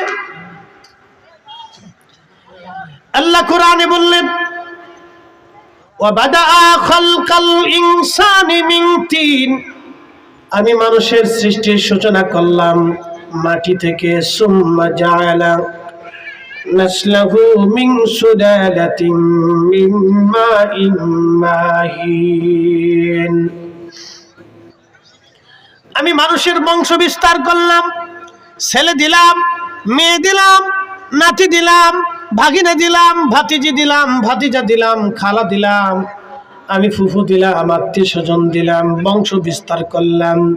মিন সুলালাতিন মিন মাইন মাহিন, মানুষের নির্গত এক নির্যাস পানি থেকে আমি রব্বুল আলামিন মানুষকে তৈরি করলাম। মায়ের রেহেমের ভিতরে, মনোযোগ দিবেন, মায়ের রেহেমের ভিতরে সন্তান যখন মা কনসেপ্ট করে, সন্তান কনসেপ্ট করার পরে মা রেহেমে যখন ওই বিশেষ পানিটা আমার আল্লাহ বিশেষ প্রক্রিয়ায় পাঠিয়ে দেন। এই পানিটা বিশেষ প্রক্রিয়ায় যাওয়ার নাম হলো হালাল বৈবাহিক পদ্ধতির মাধ্যমে আমার আল্লাহ মায়ের রেহেমের ভিতরে আল্লাহ বিশেষ পানিটাকে আমার আল্লাহ দিয়ে দিলেন। ওই পানিটাকে আমার রব 40 দিন পর্যন্ত মায়ের রেহেমের ভিতরে রিফাইন করেন। 40 দিন রিফাইন করার পরে ওই পানিটাকে আল্লাহ রক্তপিণ্ড বানান। কোরআনে আমার আল্লাহ বললেন খালাকাল ইনসানা মিন আলাকা, আমি মানুষ সৃষ্টি করেছি রক্তপিণ্ড থেকে। ও মুসলমান, শোভিতপুর দরবার শরীফের মুহিব্বিনেরা খুব মনোযোগ দিয়ে কথাগুলি শুনবেন। শোভিতপুরবাসী মাইকের আওয়াজ যত দূর যাচ্ছে, আমার মা বোনেরা কথাগুলি আপনারা শুনে নেবেন। আজ তখন আল্লাহ রাব্বুল আলামিন ওই রক্তপিণ্ডটাকে আরো 40 দিন রিফাইন করেন। রক্তপিণ্ড 40 দিন রিফাইন করার পরে সেটা গোশতের টুকরা হয়ে যায়। এরপরে আরো 40 দিন আমার আল্লাহ পাক রিফাইন করেন। 40 দিন রিফাইন করার পরে আল্লাহ আমাদের বডির স্ট্রাকচার তৈরি করেন। আমার বডি, হাত পা, চোখ, কান, নাক, পা সব আল্লাহ স্ট্রাকচার তৈরি করতে থাকেন। স্ট্রাকচার তৈরি করার পরে আল্লাহ রসুল বলতেছেন, ঠিক তখনই আমার আল্লাহ জিব্রাইলকে হুকুম দেন, জিব্রাইল রুহু নামক ইঞ্জিনখানা এনে আমার বান্দার দেহের মধ্যে রুহু ফুঁকায় দিয়ে দাও। আমার বান্দার দেহের মধ্যে রুহু ফুঁকাই দেওয়ার পরে তুমি 4টা জিনিস তার জন্য নির্ধারিত করে দাও। 1 নম্বর, কতদিন পর্যন্ত সে পৃথিবীতে বেঁচে থাকবে তুমি স্থায়ীভাবে লিখে দাও। 2 নম্বর, কি পরিমাণে সে রিজিক খাবে। একসাথে বলবেন আল্লাহু আকবার। আচ্ছা বলেন তো, আল্লাহর বিধান ছাড়া আপনি কি একটা ভাতের দানাও বেশি খাইতে পারবেন? আজকে আমার জন্য তো অনেক প্রকারের খাবারের আইটেম করছে, কিন্তু আমি 1 পদ ছাড়া 2 পদ ছাড়া বেশি খাইতে পারিনি। সবই ডাক্তারের নিষেধ। নাকি পলিফাস ডাক্তার বললো যে ওষুধ খাচ্ছেন, এটা খাওয়া যাবে না, কোনো গোশই খাওয়া যাবে না। আচ্ছা কোন তো বরাতে নাই, কিছু করার নাই তো। 1000 কোটি টাকা থাকলেও মানুষ খাইতে পারবে না। এই যে শোনেন, যারা দুর্নীতি করে চুরি করে সুইস ব্যাংকে আর কি বলে ওই যে আপনার বেগম পাড়া বাড়ি বানায় সুইস ব্যাংকে বিদেশে টাকা পাচার করে 1000 কোটি টাকা যারা চুরি করলো, আচ্ছা আপনারা বলেন তারা কি সব টাকা খাইয়ে মরতে পারবে? না না, একসাথে বলেন, একসাথে বলেন, পারবে? আহা, কত হতভাগা। এই সম্পদ সে দুনিয়াতে রেখে যাবে, কে ভোগ করবে? তার ছেলে, তার নাতি। সে কোথায় যাবে? কবরে। জবাবকে দিবে? নাতি দিবে না ওই ব্যক্তি দিবে? এর মতো বুকা পৃথিবীতে কি আছে? এর মতো বুকা পৃথিবীতে কি আছে যে নিজে সম্পদ করলো অথচ খাইতে পারলো না, রাইখে গেল অবৈধভাবে। নিজে তো পারলই না, নিজের সন্তান খাবে, কবরে চলে গেল, জবাব দিতে তার হবে। ছেলেও দিবে না, নাতিও দিবে না, পুতিও দিবে না, স্ত্রীও দিবে না, ভাইও দেবে না, বোনও দেবে না, অথচ ভাগ কিন্তু সবাই নিছে। সে শুধু একা নেই, আরো নেতাকর্মী যারা আছে সহযোগী তারাও ভাগ নিছে। কি কথা কর না কেন? তো কি হলো লাস্টে? এদের মতো বোকা পৃথিবীতে আর কেউ নাই। আপনি যদি খোলাফে রাশিদিনের জীবন দেখেন তা আপনার শরীর শিহরে উঠবে। আবু বকর সিদ্দিক ইসলামের প্রথম খলিফা, ওনার কাছে হঠাৎ করে এক মেহমান আসছে। তো উনি চেয়ার এক জ্বালাইয়া কাজ করতেছে। তো মেহমান ঢুকার পরে যখন সালাম দিলেন, আসসালামু আলাইকুম ইয়া আমিরুল মুমিনিন, তো ওয়ালাইকুম আসসালাম রাহমাতুল্লাহ, সালামের জবাব দেওয়ার পরে মেহমান ঘরে ঢুকলেন। সিদ্দিক একবার সাথে সাথে বাতি নিভাই দিলেন, নিভাই দিয়ে আরেকটা বাতি জ্বালাইলেন। তো মেহমান আশ্চর্য হয়ে জিজ্ঞেস করলো, আমিরুল মুমিনিন, বাতি তো একটা জ্বলতেছিল, ওটা নিভাই দিয়ে আবার নতুন করে বাতি জ্বালানোর হেতু কি, কারণ কি? খলিফা জবাব দিলেন, মেহমান তুমি আমার নিজের মেহমান, আর আগে যে বাতিটা ছিল এই বাতিটা ছিল রাষ্ট্রীয় সরকারি কোষাগার থেকে আমার জন্য একটা বাতি বরাদ্দ, রাষ্ট্রীয় কাজের জন্য আমি বাতি ব্যবহার করতেছিলাম। এখন তুমি নিজে আসছো, তুমি যেহেতু আমার মেহমান, তুমি তো রাষ্ট্রের মেহমান না, অতএব রাষ্ট্রের বাতি জ্বালাইয়া আমি তোমার সাথে কথা বলতে পারি না, এই জন্য আমার নিজের বাতি জ্বালাইলাম। কারণ আমি আবু বকর কিয়ামতের ময়দানে এই তেলটুকু নষ্ট করার জন্য আল্লাহর আদালতে জবাব দিতে হবে, কারণ আমি রাষ্ট্রের সম্পদ ব্যবহার করেছি নিজের কাজে। এবার বলেন, বাংলাদেশে কত চোর কিয়ামতের ময়দানে ধরা খাবে এমন বুঝিলেন? কি কথা কন না কেন? কত চোর ধরা খাবে আপনি কিয়ামতের ময়দানে, আপনি বুঝে নেন। আমার আর বাকিদের বুঝে আঙ্গুল দিয়ে বুঝে বুঝে দিতে হবে না। কতজন কিয়ামতের ময়দানে ধরা খাবে খালি আপনি বুঝলেন।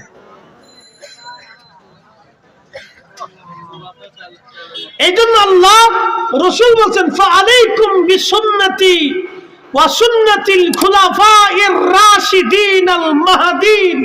আমার সুন্নাহ মানবে, আমার পরে আমার হেদায়েত প্রাপ্ত খলিফা আবু বকর, ওমর, উসমান, আলী রিদওয়ানুল্লাহি তাআলা আলাইহিম আজমাইন, এই চারজনের আদর্শকে তোমরা বিনা বাক্যে মেনে নিবা।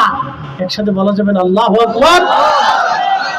আচ্ছা বলেন তো, আমাদের ডিসি যিনি, তিনি যদি জুমার নামাজের খতিব হন, আমাদের এসপি যিনি, তিনি যদি জুমার নামাজের আর এক মসজিদের খতিব হন, আমাদের যিনি প্রধান জজ আছেন, তিনি যদি এক মসজিদের খতিব হন, আমাদের যিনি ম্যাজিস্ট্রেট কোর্টের প্রধান ম্যাজিস্ট্রেট আছেন, তিনি যদি একটা মসজিদের খতিব হন, আমাদের টিওনও যদি একটা মসজিদের খতিব হন, তাহলে প্রত্যেক জুমাতে দাঁড়ায় দাঁড়ায় যদি তার সাপ্তাহিক হিসাব জনগণের কাছে বুঝাই দেন যে আজকে এই সপ্তাহে আমি এটা এটা এটা এটা করছি, এত টাকা সরকারের কোষাগার থেকে আসছে, আমি এই খাতে ব্যয় করে দিছি, 5 মিনিটে যদি উনি হিসাব বুঝাই দেন, তাহলে বাংলাদেশ তো সোনার বাংলাদেশ হবে না। যদি স্বর্ণের উপর আরো কিছু থাকে তাহলে সেই বাংলাদেশ হবে। কিন্তু সমস্যা হচ্ছে কি জানেন, আমরা 500 টাকা পাইলে রাতে ভোট চেঞ্জ হয়ে যায়। আমরা বালা না, 100 শেষ তা গেল, তাই তো হয়ে গেছে কাজ। তো 400 মাইনাস 400 মাইনাস। আর মানুষকে আলেম ওলামা এটা দিয়ে কি করবে? আমরা যদি নির্বাচনে দাঁড়াই যে কতজন আমরা গাইলিব, হুজুরি আবার লোভ লাগছে, দেখো না ওয়াজ করে খায়, তো ওয়াজ করে খাইতেছিল, এটাই তো মালা, হুজুর আবার নির্বাচন খারাইছে কে? কি কথা কর না কেন? আর টাকা তো আমরা টাকা তো 2 নম্বর টাকা না, আমরা টাকা তো অনেক কষ্টের টাকা। তা আমরা তো পাবলিকের টাকা ঢুকে দিতে পারবো না, ধুর হুজুর পয়সা খরচা করতে আর না, এত পিছিয়ে ঘুরে লাভ নাই। বুঝতে পারছেন? আমি হাসতে হাসতে বলতেছি, কপাল আমরা, আমাদের কপালে আমরা নিজেরা জুতা দিয়ে পিটিয়েছি। কথা কর না কেন? আমরা নিজেরা আমাদের নিজেদের কপালে আমরা জুতা দিয়ে পিটিয়েছি। আল্লাহর দোষ দিয়ে লাভ নাই, আল্লাহর দোষ দিয়ে।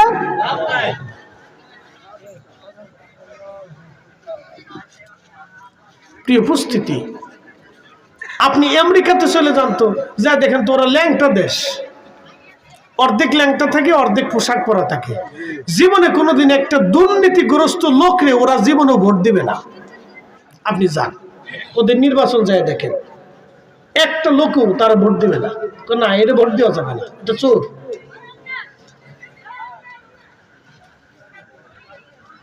আর আমরা রাতে 100 টাকাই শেষ। এই জন্য আমরা আমাদের নিজে নষ্ট করছি, আল্লাহর দোষ দিয়ে লাভ নাই। কান দিয়ে আল্লাহ তাল্লা দিয়ে, আল্লাহকে কেমনে দিব? তুমি তো চাও নাই। এই জন্য আমাদেরকে বুঝতে হবে। প্রিয় উপস্থিতি, সুবিদপুরবাসী মনোযোগ দিবেন। আল্লাহ নবী ডাকতে বলতেছে, হে সাহাবীরা, প্রথম নাম্বার আল্লাহ লিখে দেন বান্দা কতদিন পর্যন্ত হায়াত পাবে, কোন জায়গা, কোন স্থানে, কখন, কোন জায়গা মারা যাবে। তাদেরি নাফসুম বিআইয়ি আরদিন তামুত।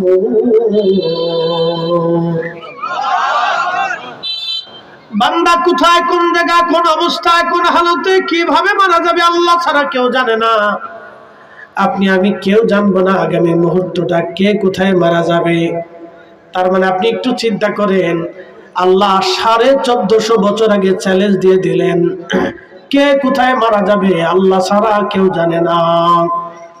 ঠিকই তাই, 1450 বছর পার হয়ে গেল, এত বিজ্ঞান আবিষ্কার হলো। বর্তমান রাশিয়া আমেরিকা দুইটা মেরু, পৃথিবী দুই ভাগে বিভক্ত, একটা রাশিয়ান বেল্ট, একটা আমেরিকান বেল্ট।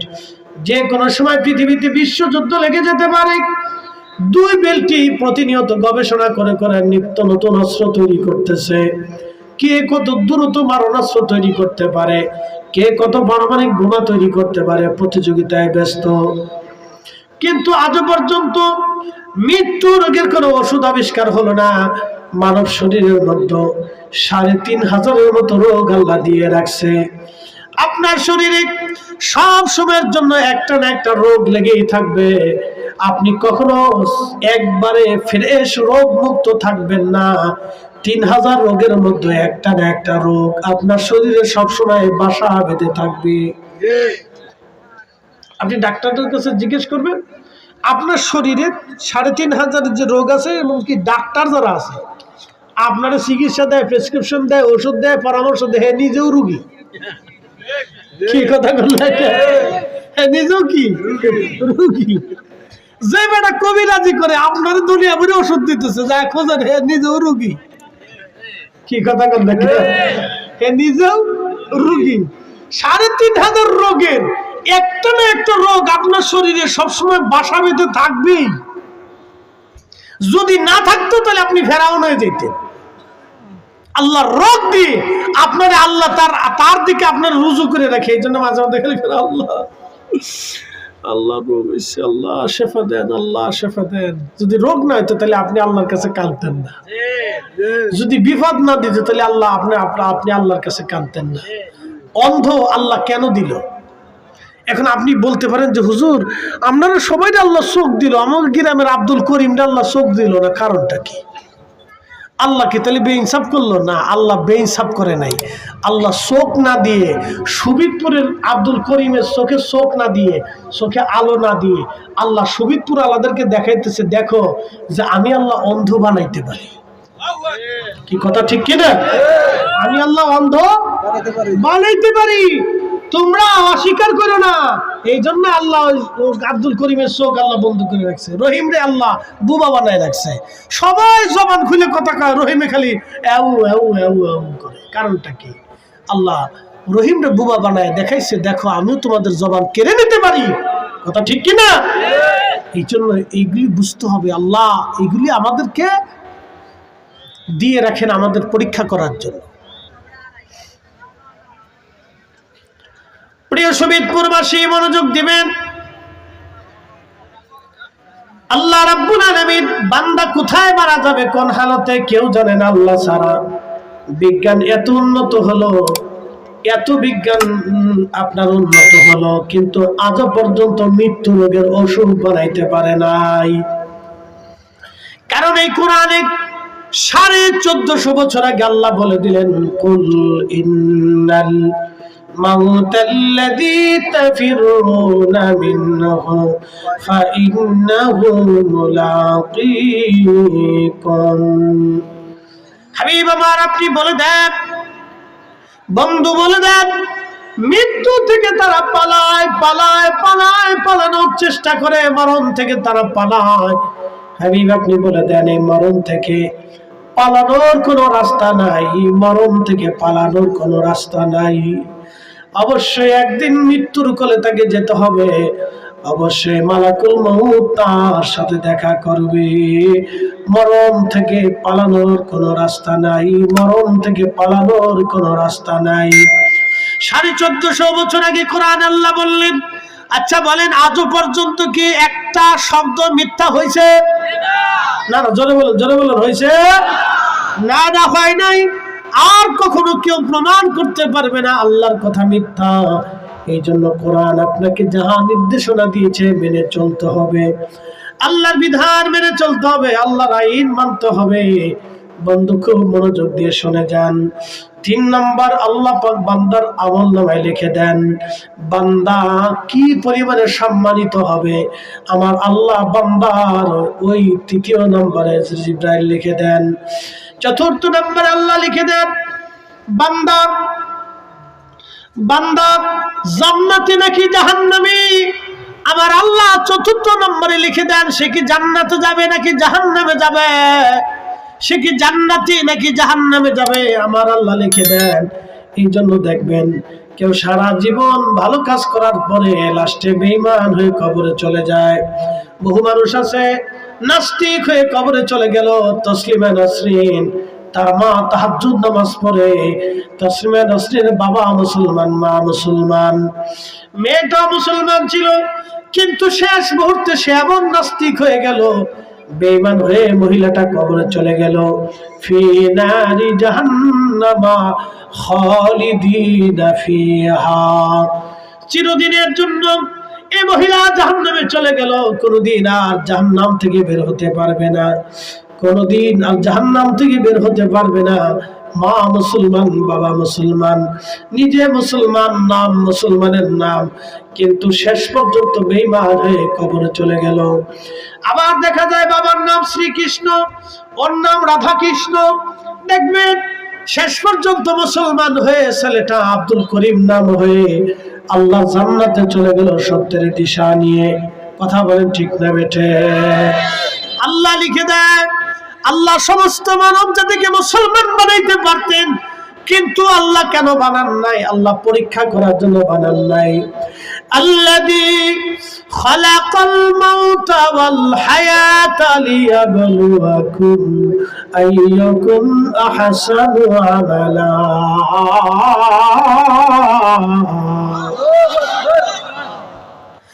আল্লাহ ডাক দেখে হাবিব উম্মতকে জানান, আমি মৃত্যু সৃষ্টি করেছি। মৃত্যু কে সৃষ্টি করছে?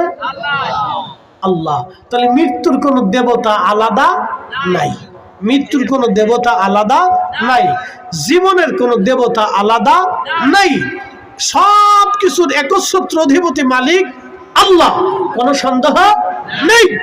লা শারীকা লাহু, তার কোন শরীক নেই। এক বাক্যে বুঝতে হবে। আমরা কি মৃত্যুর পরে আবার ফিরে আসার কোনো সুযোগ আছে? আর সুযোগ নেই। কিন্তু সনাতন ধর্মের একটা বিশ্বাস আছে, আবার আসিব ফিরে ধানসিঁড়িটির তীরে নবান্নে এই বাংলায়, হয়তো শালিকের বেশে, না হয় কাউয়ের বেশে, না হয় কুত্তার বেশে, না হয় শিয়ালের বেশে, না হয় এই কোকিলের বেশে। এরকম কবি জীবনানন্দ দাশ তার ধর্মের বিশ্বাস সে কবিতার ছন্দে লেখছে। সনাতন ধর্মের বিশ্বাস হলো মানুষ যদি পুণ্যের কাজ করে, মানে পুণ্য মানে ভালো কাজ করে, তাহলে ভগবান পৃথিবীতে আবার তাকে পাঠাবে, রাজা বানাইয়া, জমিদার বানাইয়া, শিক্ষক বানাইয়া, সাহিত্যিক বানাইয়া, কবি বানাইয়া। আর যদি মানুষ অন্যায় করে চলে যায়, তাহলে ভগবান তারে আবার পৃথিবীতে পাঠাবে কাউয়া বানাইয়া, কুত্তা বানাইয়া, বিড়াল বানাইয়া, শিয়াল বানাইয়া, হাতি বানাইয়া। কি বুঝলেন আপনারা? জীবনে কোনোদিন কুত্তা কইছে, এরে আমি ওই তোকে সেই জগন্নাথ ছিলাম, তখন আমি ভগবান আমার কুত্তা বানায় বাড়াইছে? কি কথা বল না কেন? এই সুযোগ কি আর আছে? কখনো হবে? অবশ্যই না। এটা মানুষের বানানো এক কল্প বিশ্বাস। কথা কন ঠিক কিনা? এই কোরআন আল্লাহ বলে দিলেন, وَلَن يُؤَخِّرَ اللَّهُ نَفْسًا إِذَا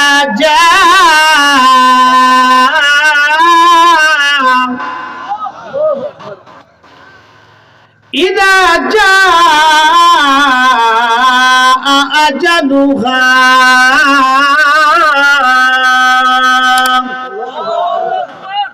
হায়াত শেষ হলে থাকার সুযোগ নেই, আর চলে গেলে আসার আর আমরা ফিরে যাব কার কাছে? সুম্মা তুরাদ্দুনা ইলা আলিমিল গায়বি ওয়াশ শাহাদাত। অতঃপর তোমরা আল্লাহর কাছে ফিরে যাবা। একসাথে বলেন, কার কাছে? আল্লাহর কাছে। এখন আপনারা প্রশ্ন করতে পারেন যে ফরিদী হুজুর, দুই একটা কি বাস্তব কোনো ডকুমেন্টস আছে? হ্যাঁ আছে। একটা ছোট্ট ডকুমেন্টস দিয়ে যায়, যারা আল্লাহর পথে শহীদ হয় তারা মরে না। একসাথে বলবেন না মারহাবা? তারা কি হয় না? মরে না। তারা জিন্দা থাকে, আপনি দেখেন না। ওয়ালাকিল্লা তাশউরুন, আপনি অনুধাবন করেন না, বুঝেন না। এটা আল্লাহ নিজে তার কোরআনে, আল্লাহ তার জবানে নিজে বলছে। একসাথে বলবেন আল্লাহু আকবার। আমি আপনাদেরকে একটা বাস্তব ঘটনা শুনি। 1933 সাল, আজ থেকে প্রায় 100 বছর আগে, 1933, ইরাকের দজলা নদীর পরে মহান রসুলের দুজন সাহাবী কবর ছিল, একজন হুযায়ফা আর একজন আব্দুল্লাহ আনসারী রাদিয়াল্লাহু আনহুমা। দজলার তীরে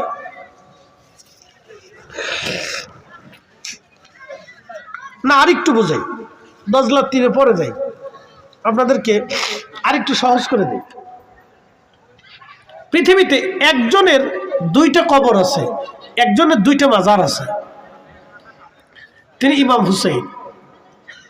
এছাড়া পৃথিবীতে আর যত বলে যে অমুক অলির 3টে মাজার, অমুক অলির 4টে কবর, এগুলো সব মিথ্যা কথা। কথা বুঝেন নাই মনে হয়? আবার বলতেছি, ফ্রেশ কথা, কোনো বাকি ঝুঁকি নেই। আমি সুন্নি মাইন্ডেড, কিন্তু তাই বলে না যে আমি শিরিককে প্রাধান্য দিব। কি কথা কর না কেন? মনোযোগ দেন। অনেকে বলে বাইজিদ বুস্তামির এটা মাজার, এটা মাজার, এটা মাজার, এটা মাজার, অমুক জায়গা তমুক যা, অমুক জায়গা তমুক যা, 4টা 5টা এটা হয়েছে, এগুলো ভ্রান্ত, এগুলো কথার কোনো ভিত্তি নাই। একজনের পৃথিবীতে 2টা মাজার, তিনি ইমাম হুসাইন রাদিয়াল্লাহু আনহু। তিনার দেহ মুবারকের মাজার হচ্ছে কারবালায়, আর পবিত্র মাথা মুবারকের মাজার হচ্ছে বর্তমান মিশর আল আজহার বিশ্ববিদ্যালয়ের পাশে। একসাথে বলবেন না মারহাবা। বর্তমানে যে গাজা, এই গাজার আগে নাম ছিল আসকালান। এই আসকালানে ইমাম হুসেন রাদিয়াল্লাহু আনহুকে সমাহিত করা হয়েছিল, শুধু মাথা মুবারক। 530 হিজরি, মনোযোগ দিন, কত হিজরি? 530 হিজরি। ওনার শাহাদাতের 470 বছর পরে, ওনার শাহাদাতের কত বছর পরে? 470, ভালো করে বুঝে যাবেন, 470 বছর পরে খ্রিস্টানরা, ক্রুসেডাররা এই বর্তমান ফিলিস্তিন অনেক অঞ্চল তারা দখল করে নিয়ে গেল। আজকে যেমন ইসরায়েল নিছে, একসময় ওরাও নিছিল, কিন্তু টিকতে পারে নাই। ইসরায়েল যে নিছে, তারাও টিকতে পারবে না। একসাথে বলবেন আল্লাহু আকবার। কারণ সুলতান গাজী সালাউদ্দিন আইয়ুবের উত্তরসূরিরা এখনো মরে যায় নাই, এটা জিন্দা আছে। মুসলমানদের কোন না কোন অঞ্চলে, কোন না কোন ঘরে সুলতান গাজী সালাউদ্দিন আইয়ুবের উত্তরসূরি জেগে উঠবে। কথা বল ঠিক না ঠিক? তো মনোযোগ দিয়ে, মিশরের যিনি গভর্নর ছিলেন, তিনি সিদ্ধান্ত নিলেন যে আমাদের সাইয়্যিদের মাথার এখন খ্রিস্টানদের আন্ডারে চলে গেছে, তা আমরা উঠাই নিয়ে আসি, ওটা রাখা যাবে না। তো মিশরের গভর্নর, তিনি মিশরের যিনি তৎকালীন গভর্নর ছিলেন খেলাফতে, তিনি প্রস্তাব দিলেন যে আপনারা আমাদের সাইয়্যিদের মাথা মোবারক দিয়ে দেন। তা বলতেছে আপনাদের সাইয়্যিদ তো আপনাদের ধর্মের প্রসিদ্ধ একজন ব্যক্তি, তো যেহেতু নিতে চান তাহলে তো আমরা এমনিতে দেব না, 30,000 স্বর্ণ মুদ্রা দিতে হবে। 30,000 স্বর্ণ মুদ্রা কিন্তু একটা রাষ্ট্রের জন্য কম না, অনেক টাকা। তো মিশরের গভর্নর তাতে রাজি হয়ে গেলেন যে ঠিক আছে, আপনি 30,000 নেবেন, কিন্তু আমাদের সাইয়্যিদের মাথা আমরা নিয়ে আসবো। ঠিক আছে, নিয়ে যান, ওটা দিয়ে আমাদের কাজ নাই, টাকা লাগবে আমাদের। হযরত ইমাম হুসাইন রাদিয়াল্লাহু আনহুর পবিত্র মস্তক আনার জন্য মিশরের গভর্নর সৈন্য সামন্ত নিয়ে, লোক লস্কর নিয়ে, আলেম ওলামা নিয়ে রওনা হয়ে গেলেন। 470 বছর পরে, মাটি সরানোর পরে 470 বছর পরে দেখা গেল ঠিক যেইভাবে 470 বছর আগে ওনাকে সমাহিত করা হয়েছিল, ওনার পবিত্র মাথা ওই রকমই আছে, একটা চুল নষ্ট হয় নাই, ঠোঁট নষ্ট হয় নাই, চোখ নষ্ট হয় নাই, তখন ওনার দেহের ওই কাটা অংশ থেকে তাজা রক্ত ঝরতেছিল। একসাথে বলেন আল্লাহু আকবার। আল্লাহ আছে, একসাথে বলেন আল্লাহ আছে। এই কোরআন সত্য, একসাথে বলেন সত্য। বাল আহইয়া, বাল আহইয়া, কোরআন বলছে বাল আহইয়া, বাল আহইয়া, ওয়ালা বাল আহইয়া, তারা জিন্দা জিন্দা জিন্দা জিন্দা, ওয়ালা কিল্লা তাশউরুন, তোমরা অনুধাবন করো না তারা জিন্দা। একটা বাক্য এখানকার কোথাও মিথ্যা হয় নাই, বাস্তবতা থেকে বলতেছি। ওনার মস্তক মোবারক থেকে সুঘ্রাণ আসতে লাগলো, খুব সম্মানের সাথে, খুব তাজিমের সাথে, বিরাট বড় বহর করে সুদূর আসকালাম থেকে মিশরে আল আজহার বিশ্ববিদ্যালয়ের পাশে এনে ওনাকে সমাহিত করা হলো। ওনার জিয়ারত পৃথিবীতে দুই জায়গায় সমানভাবে হয়, কারবালাতেও হয়, আজহারেও হয়। একসাথে বলবেন আল্লাহু আকবার। তাহলে লা ইলাহা ইল্লাল্লাহ, আল্লাহ ছাড়া কোনো মালিক নাই, কোনো রব নাই। আশহাদু আল্লা ইলাহা ইল্লাল্লাহু ওয়াহদাহু লা শারীকা লাহু ওয়া আশহাদু আন্না মুহাম্মাদান আবদুহু ওয়া রাসূলুহু। একসাথে বলা যাবে না আল্লাহু আকবার। কোনো সন্দেহ? একসাথে বলুন সন্দেহ নেই। পৃথিবীতে কোনো দ্বিতীয় তৃতীয় চতুর্থ কোটি কোটি ভগবান, কোনো দেবতার অস্তিত্ব নেই। পাথরের সামনে, মূর্তির সামনে মাথা নত করে কোনো লাভ নেই। যার সামনে মাথা নত করার দরকার সেই রবের সামনে মাথা নত করতে হবে। যার জন্য জীবন দেওয়ার দরকার তার জন্য জীবন দিতে হবে। কথা বলুন ঠিক না? প্রিয় উপস্থিতি, এটা বাস্তবতা থেকে আপনাদেরকে দিলাম। কাফেররা রাসূল কারীমের কাছে এসে দলিল চাইতো যে আল্লাহ আছে, তার প্রমাণ কি? শোনেন, সাহাবীরা কিন্তু আগে আল্লাহ দেখে আল্লাহ চিনে নাই, তারা কিন্তু আল্লাহ দেখেন নাই, তারা আগে নবী দেখছেন। কথা ঠিক কিনা? তারা আগে কি দেখছেন? রাসূল দেখছেন। একসাথে বলবেন আল্লাহু আকবার। এই যে কোরআন নাজিল হলো, কোরআনে আল্লাহ বলেন আলিফ লাম মিম যালিকাল কিতাবু লা রাইবা ফীহি হুদাল লিল মুত্তাকিন। এই যে শব্দগুলি আল্লাহ যখন তার রাসূল কারীমের কালব মুবারকে নাযিল করতেন, তখন নবীজি প্রচন্ড শীতে ঘেমে চুপসে যেতেন। তখন সাহাবীরা বুঝতে পারতো কোরআন নাযিল হচ্ছে, কিন্তু কোরআন আসতেছে এটা দেখা যেত না। আল্লাহ নবী যখন স্বাভাবিক অবস্থায় ফিরে আসতেন, তখন বলতেন সাহাবীরা, আল্লাহ বলছেন যালিকাল কিতাবু লা রাইবা ফীহি হুদাল লিল মুত্তাকিন আল্লাযীনা ইউমিনুনা বিল গায়বি ওয়া ইউকিমুনাস সালাতা ওয়া মিম্মা রাযাকনাহুম ইউনফিকুন।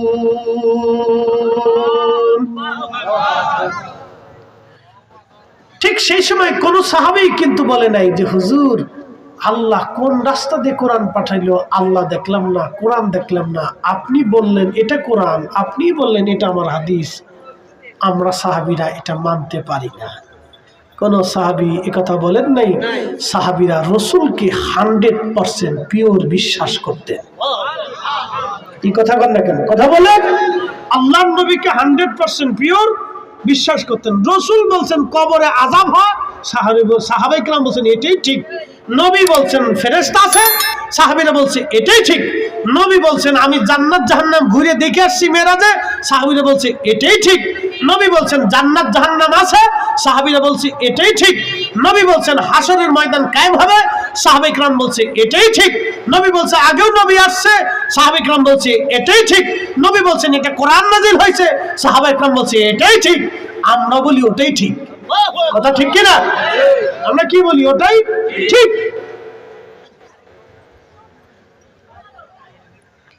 প্রিয় উপস্থিতি, সাহাবায়ে কেরাম 100% পিওর ভাবে তার রাসূলকে মেনে নিতেন, বিশ্বাস করতেন, কোনো কথা তারা সন্দেহ করতেন না।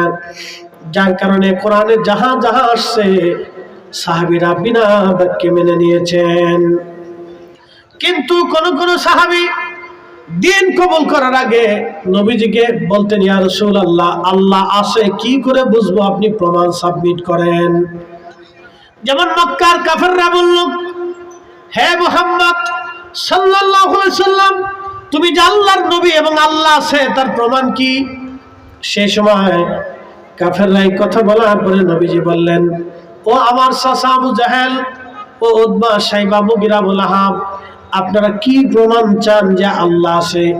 বলো, আকাশের চাঁদ যদি তুমি ইশারা দিয়ে দ্বিখণ্ডিত করে দেখাইতে পারো তাহলে আমরা মেনে নিব আল্লাহ আছে।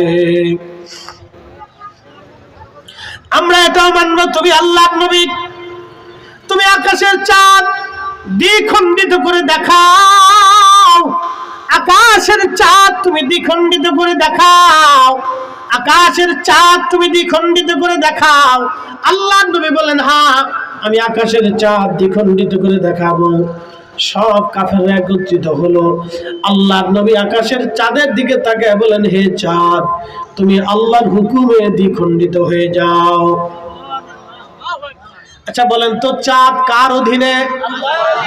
হুকুম দিলেন আল্লাহর নবী, তুমি আল্লাহর হুকুমে দ্বিখণ্ডিত হও। চাঁদ আল্লাহর অধীনে, আল্লাহর আইনে। সঙ্গে সঙ্গে চাঁদ থরথর থরথর করে কাঁপতে লাগলো, কারণ আল্লাহর নবীর হুকুম যদি অমান্য হয়ে যায় তাহলে চাঁদ জানে আমাকে অতল গহ্বরে জাহান্নামে চিরদিন আমাকে পড়তে হবে, জ্বলতে হবে, শাস্তি নিতে হবে। সেই জন্য চাঁদ জাহান্নামের শাস্তি নিতে রাজি না। এই জন্য চাঁদ কাঁপতে লাগলো, কেঁপে কেঁপে দুই পাহাড়ের মাঝখান থেকে আলাদা হয়ে দুই পাহাড়ের দুই পাশে দুই টুকরা চাঁদ চলে গেল। ঠিক তখনই কাফেররা বলল, আবু জাহেল ডাক দিয়ে বলে, মক্কাবাসী, চাঁদের জায়গা চাঁদ ঠিক আছে, আমার ভাতিজা তোমাদের চোখের মধ্যে জাদু মারছে। আবু জাহেলের নসিবে নাই, শুধু ওরই নাই, ওর কথা যারা শুনলো তাদেরও নাই। কত হতভাগা দেখেন। এই দৃশ্য দেখার পরেও একজন কালেমা থেকে বিমুখ হয় তাহলে তাদের হৃদয় কত কঠিন ছিল।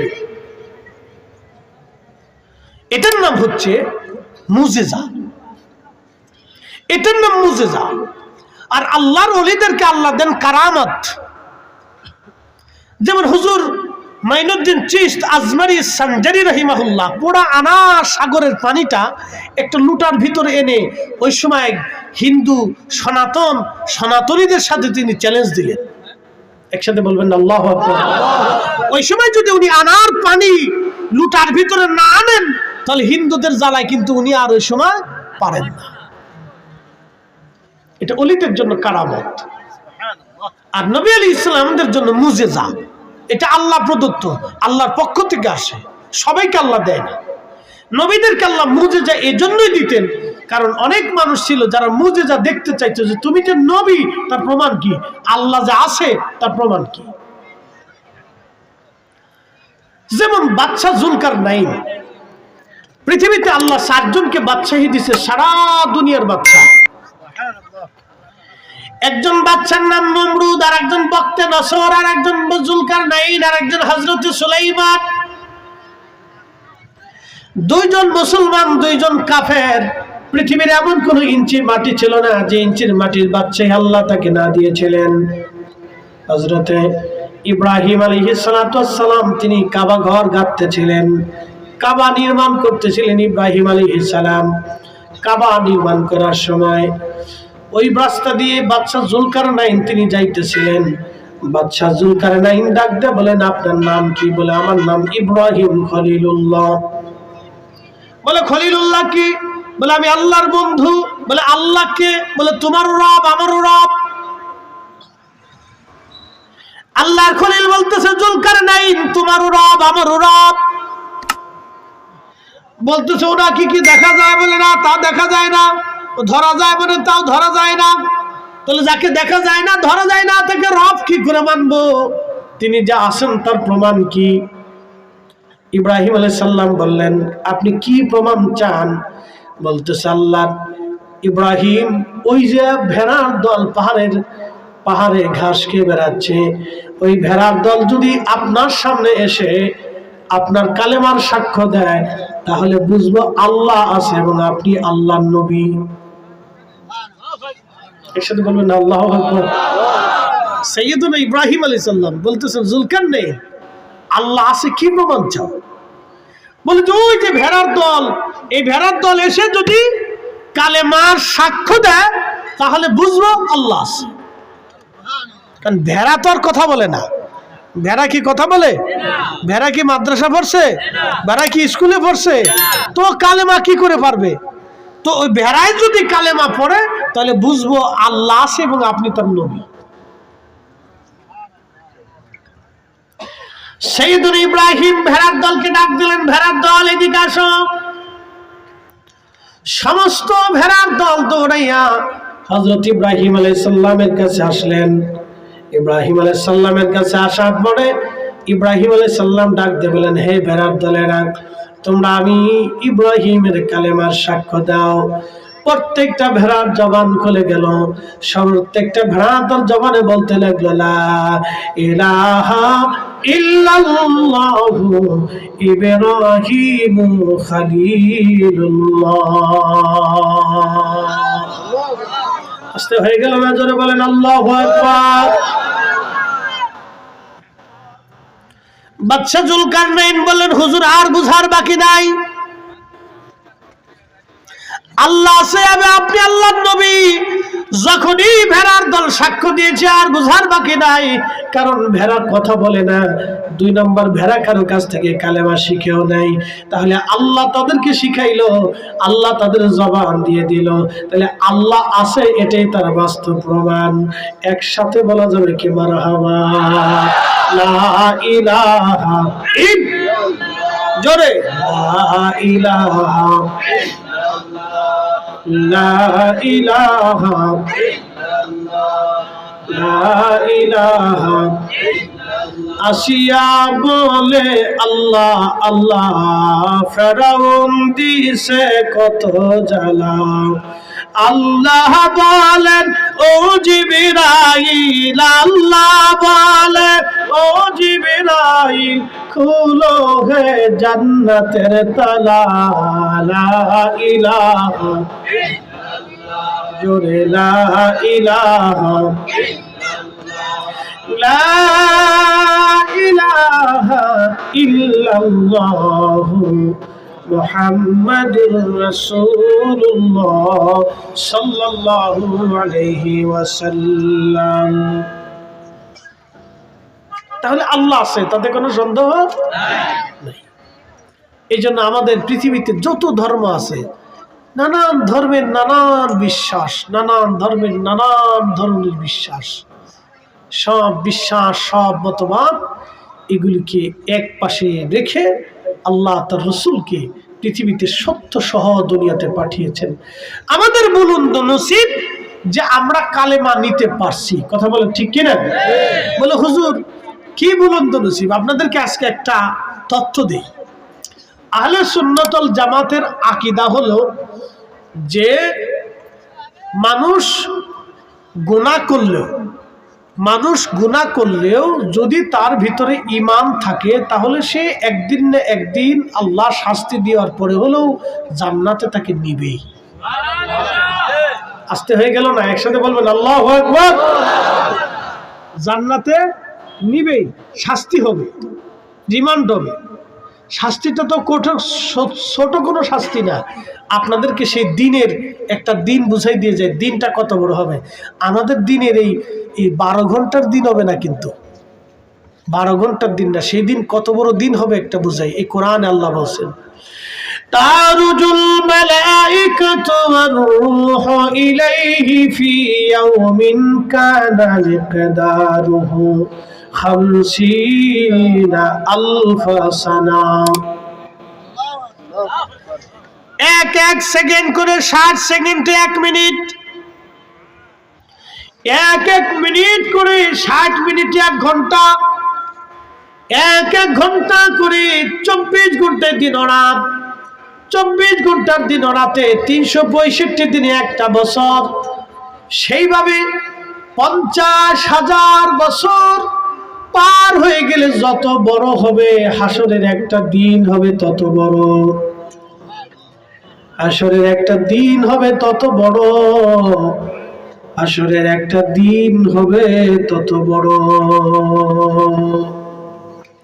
তাহলে একটু চিন্তা করেন, সেই দিনের হাজার হাজার বছরও শাস্তি পেতে হবে, শত শত বছরও শাস্তি পেতে হবে, এক সপ্তাহ এক মাস পর্যন্ত শাস্তি পেতে হবে। অতএব শাস্তি কিন্তু কম হবে না, রিমান্ড একেবারে সহজ ভাবা যাবে না, রিমান্ড হবে খুব ভয়াবহ। কিন্তু একদিন না একদিন জান্নাত আপনি যাবেনই, জান্নাত আল্লাহ আপনাকে নিয়ে যাবে। কিন্তু যদি আপনি বেঈমান হয়ে কবরে চলে যান, আল্লাহকে অস্বীকার করে যদি আপনি কবরে চলে যান, আল্লাহ রসুলকে অস্বীকার করে যদি কবরে চলে যান, তাহলে আপনার কোনোদিন আপনি জান্নাত থেকে জাহান্নাম থেকে আর বের হতে পারবেন না। ইন্নাল্লাযীনা কাফারু মিন আহলিল কিতাবি ওয়াল মুশরিকিনা ফি নারি জাহান্নামা খালিদিনা ফিহা। নিশ্চয় যারা কাফির অবিশ্বাসী, বলে হুজুর অবিশ্বাসী কারা? এক আল্লাহ যারা মানে না, আমার রসুল যারা মানে না, পূর্ববর্তী যারা নবী মানে না, ফেরেশতা যারা মানে না, বিশ্বাস করে না, কবর যারা বিশ্বাস করে না, হাসর যারা বিশ্বাস করে না, শাফায়াত যারা বিশ্বাস করে না, হাউজে কাউসার যারা মানে না, মাকামে মাহমুদ যারা মানে না, এবং ওজন পাল্লা মিজান পাল্লা যারা মানে না, ফুলসিরাত যারা মানে না, জান্নাত জাহান্নাম যারা বিশ্বাস করে না, তারা অবিশ্বাসী কাফির। মিন আহলিল কিতাব, আহলে কিতাব কারা? যারা খ্রিস্টান, তারা জানে আল্লাহ আছে, আল্লাহ আছে, ফেরেশতা আছে, জান্নাত জাহান্নাম তারা জানে, আখিরাতেও তারা বিশ্বাস করে, হ্যাঁ পরকালে আল্লাহর আদালতে দাঁড়াইতে হবে। খ্রিস্টান ইহুদিরা জানে পরকালে আল্লাহর আদালতে দাঁড়াইতে হবে, কিন্তু তাদের বিশ্বাস হলো আল্লাহ আছে, কিন্তু আল্লাহর বউ আছে, আল্লাহর পোলাপাইন আছে। আমার দিকে দেখা, বললাম এক এক ধর্মের এক একটা বিশ্বাস। আচ্ছা বলেন, যিনি স্রষ্টা তার স্ত্রীর দরকার, হ্যাঁ? এই কাম পিপাসা এটা সৃষ্টি করছে কে?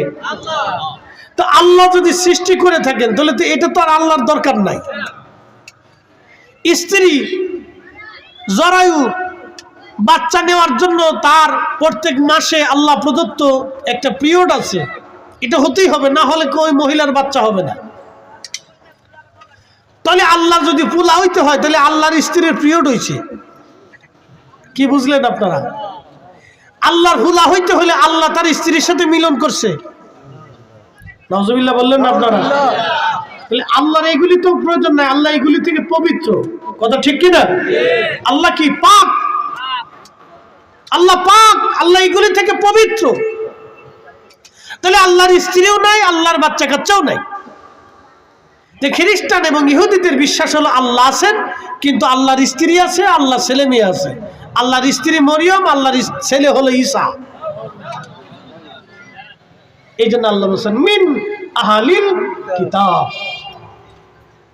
ওয়াল মুশরিকিন, যারা বহু দেবতায় বিশ্বাসী, পাথরের সামনে, সূর্যের সামনে, মাছের সামনে, গরুর সামনে, ল্যাংটার সামনে মাথা নত করে সেজদায় পড়ে থাকে।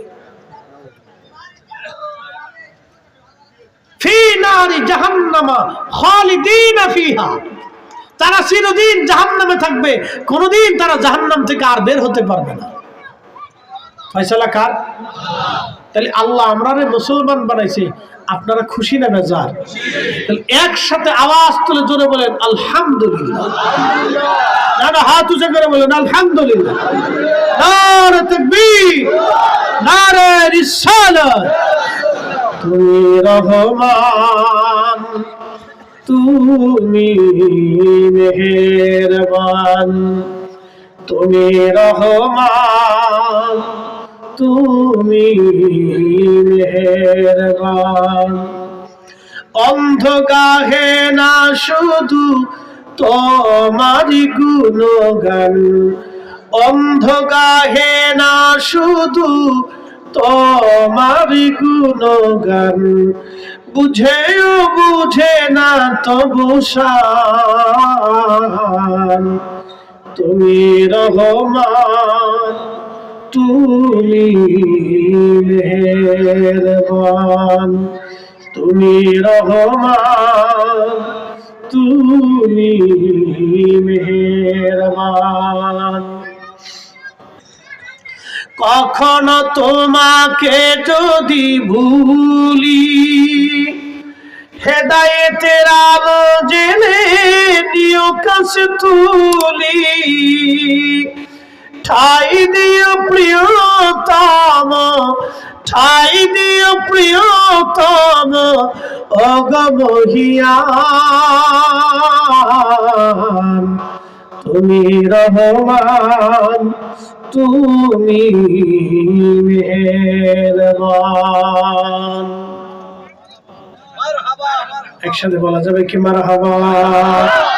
জবান খুলে খুলে দেন, মোহাব্বতে দুরূদ শরীফ মদিনায় পাঠায়ে আল্লাহুম্মা সাল্লি আলা।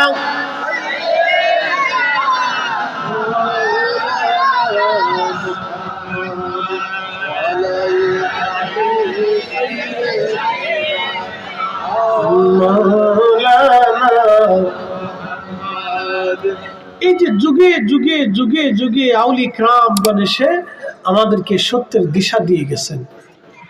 যুগে যুগে আউলি কিরাম এসেছিলেন, তারা আধ্যাত্মিকতায় পারদর্শী ছিলেন। হুজুর হযরতে আবু বকর সিদ্দিক ফুরফুরাবি রাহিমাহুল্লাহ, তেনার পীর ও মুর্শিদ হযরতে শাহ সুফি ফতেহ আলী রসুল নমা রাহিমাহুল্লাহ, ওনার মাজার আমি জিয়ারত করছি ভারতে। তো মানিকতলাতে ওনার মাজার শরীফে ঢুকার সময় হযরতে আব্দুল আওয়াল জৈনপুরী রহিমাহুল্লাহের মাজার শরীফ, হযরত কারামত আলী জৈনপুরী রহিমাহুল্লাহের বড় আওলাদ, ওনার মাজার ওখানে, ওনাকে ওখানে সমাহিত করা হয়েছে। তো মনোযোগ দিন, যুগে যুগে আউলিয়া কিরাম এইভাবে আমাদেরকে সত্যের দিশা দিয়েছেন, পথ দেখিয়েছেন, তার পথ বাতলি দিয়েছেন। আবু বকর সিদ্দিক ফুরফুরাবি রাহমাতুল্লাহ আলাইহি রিসালে সোয়াবে এক মুরিদ তার ছেলে নিয়ে আসছে, জন্মগত বোবা, জন্মগত বোবা, সে কথা বলে না। তো মুরিদ যখন ছেলেকে নিয়ে এসে বলতেছে, হুজুর আমার একটা মাত্রই ছেলে, আর কোনো সন্তান আমার নাই। হুজুর জন্মগতভাবে বোবা, আমার ছেলেটা যদি কথা না বলে তাহলে আমার জীবনে অনেক বড় দুঃখ। তো হুজুরের কাছে নিয়ে আসি, দোয়া চাই। তো আল্লাহর ওলি ছেলেটার মুখটা চেপে ধরে হা করাই কি যেন বললেন, আর মুখের মধ্যে ফু মারলেন। ফু দিয়ে বললেন, বেটা বলো আল্লাহু আকবার। ছেলেটা জবান খুলে বলল আল্লাহু আকবার। আসতে হয়ে গেল না? আরো জোরে বলেন। সারা দরবারে হইচই পড়ে গেল। তো হুজুর বললেন, বেটারা, আমার সন্তানরা, তোমরা যদি আল্লাহকে এইভাবে সন্তুষ্ট করতে পারো তাহলে তোমরাও এরকম অসাধ্যকে সাধন করতে পারবে। জন্মগতভাবে বোবা। শোনেন, এগুলি আউলিয়া কিরাম কেন দেখান, কি প্রয়োজনে দেখান? যাতে ওনাদের প্রতি মানুষের দৃঢ় বিশ্বাস জন্ম নেয়। কথা ঠিক কিনা? এই যে উনি আল্লাহর একনিষ্ঠ একজন পেয়ারা মেহবুব ছিলেন, কালাম থেকে পড়ছেন, ফু দিছেন, জবান খুলে গেছে। আচ্ছা বলেন, আমরা তো কালাম থেকে অনেক পড়ি, আমাদের ফুতে কি জবান খুলে না? কারণ কি? আমরা সন্তুষ্ট করতে পারিনি আল্লাহকে। এই জন্য আপনারা আউলিয়া কিরাম গণের প্রতি মহব্বত রাখবেন। যারা যে সিলসিলার অন্তর্ভুক্ত আছেন সেই সিলসিলাকে মনে প্রাণে ধারণ করবেন, মহব্বত রাখবেন। মনে রাখবেন, আমরা রাকাবীর যারা ছিলেন, পূর্ববর্তী আউলিয়া যারা ছিলেন, তারা সত্যের উপরে প্রতিষ্ঠিত ছিলেন এবং তারা হকের উপরে দায়েম কায়েম থাকার কারণে আল্লাহ তাদেরকে মহা সম্মানী নিয়ামত আল্লাহ তাদেরকে দান করছে। কথা ঠিক কিনা? তারা যদি হকের উপরে না থাকতেন তাহলে এই নিয়ামত আল্লাহ তাদেরকে দিতেন না। আল্লাহ তাদেরকে দান করছে। এই জন্য আপনারা এই সিলসিলার প্রতি যারা মুহিব্বিন আছেন তারা সিলসিলার প্রতি অনুগত থাকবেন, মহাব্বত, নিজের দিলকে রুজু রাখবেন, নিজের দিলকে রুজু রাখবেন, নিজের পীর ও মুর্শিদের প্রতি নিজের দিলকে রুজু রেখে আপনার তরিকতের পথে সুলুক করবেন। আল্লাহ আমাদের প্রত্যেকের কাজকে সহজ করে দিন, সকলে বলে না আমিন।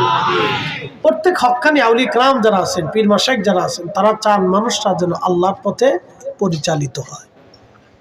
আপনি দেখেন তো প্রত্যেক ধর্মেই ধর্মগুরু আছে, তারা ইন্তেকালের আগে, মরার আগে এই ধর্মগুরুরা তাদের প্রতিনিধি পৃথিবীতে রেখে যায়। আপনি দেখবেন যে ভারতের ভিতরে যত ল্যাংটা সাধু আছে, ল্যাংটা সাধু হাজার হাজার হাজার হাজার ল্যাংটা সাধু, সব ল্যাংটা থাকে। তারা কি করে জানেন? তারা তন্ত্রমন্ত্রের উপরে সাধনা করে। কিসের উপরে? জাদু টনার উপরে তারা সাধনা করে। আচ্ছা, তারা যদি মিথ্যার উপরে সাধনা করে, আমরা কি হকের উপরে সাধনা করতে পারবো না? একসাথে বলেন, পারবো না? এই সাধনা তাহলে একরাম করেছেন, তাহলে আমাদের তো চেষ্টা ত্রুটি রাখা যাবে না। তারা যদি মিথ্যার উপরে প্রতিষ্ঠিত থেকে সারা জীবন ল্যাংটা থাকতে পারে, তাহলে আপনি হকের উপরে প্রতিষ্ঠিত থেকে মাথায় টুপি দিতে পারবেন না কেন? কি কথা বল না কেন? কথা বুঝাইতে পারছি আপনাদেরকে? আবার বলি, একটা ল্যাংটা সাধু, এটা আপনার কি যোগী সাধু না কি বলে ভারতে, জানি আমি জানি না, এত আমার অভিজ্ঞতা নেই। তো ল্যাংটা সাধু মাঝে মধ্যে দেখি ভিডিওতে, যেগুলো ল্যাংটা, তাদের মেলা হয়, পূজা হয়, আর্চনা হয়, তারপরে আরো কি তারা তন্ত্রমন্ত্র করে, সাধনা করে।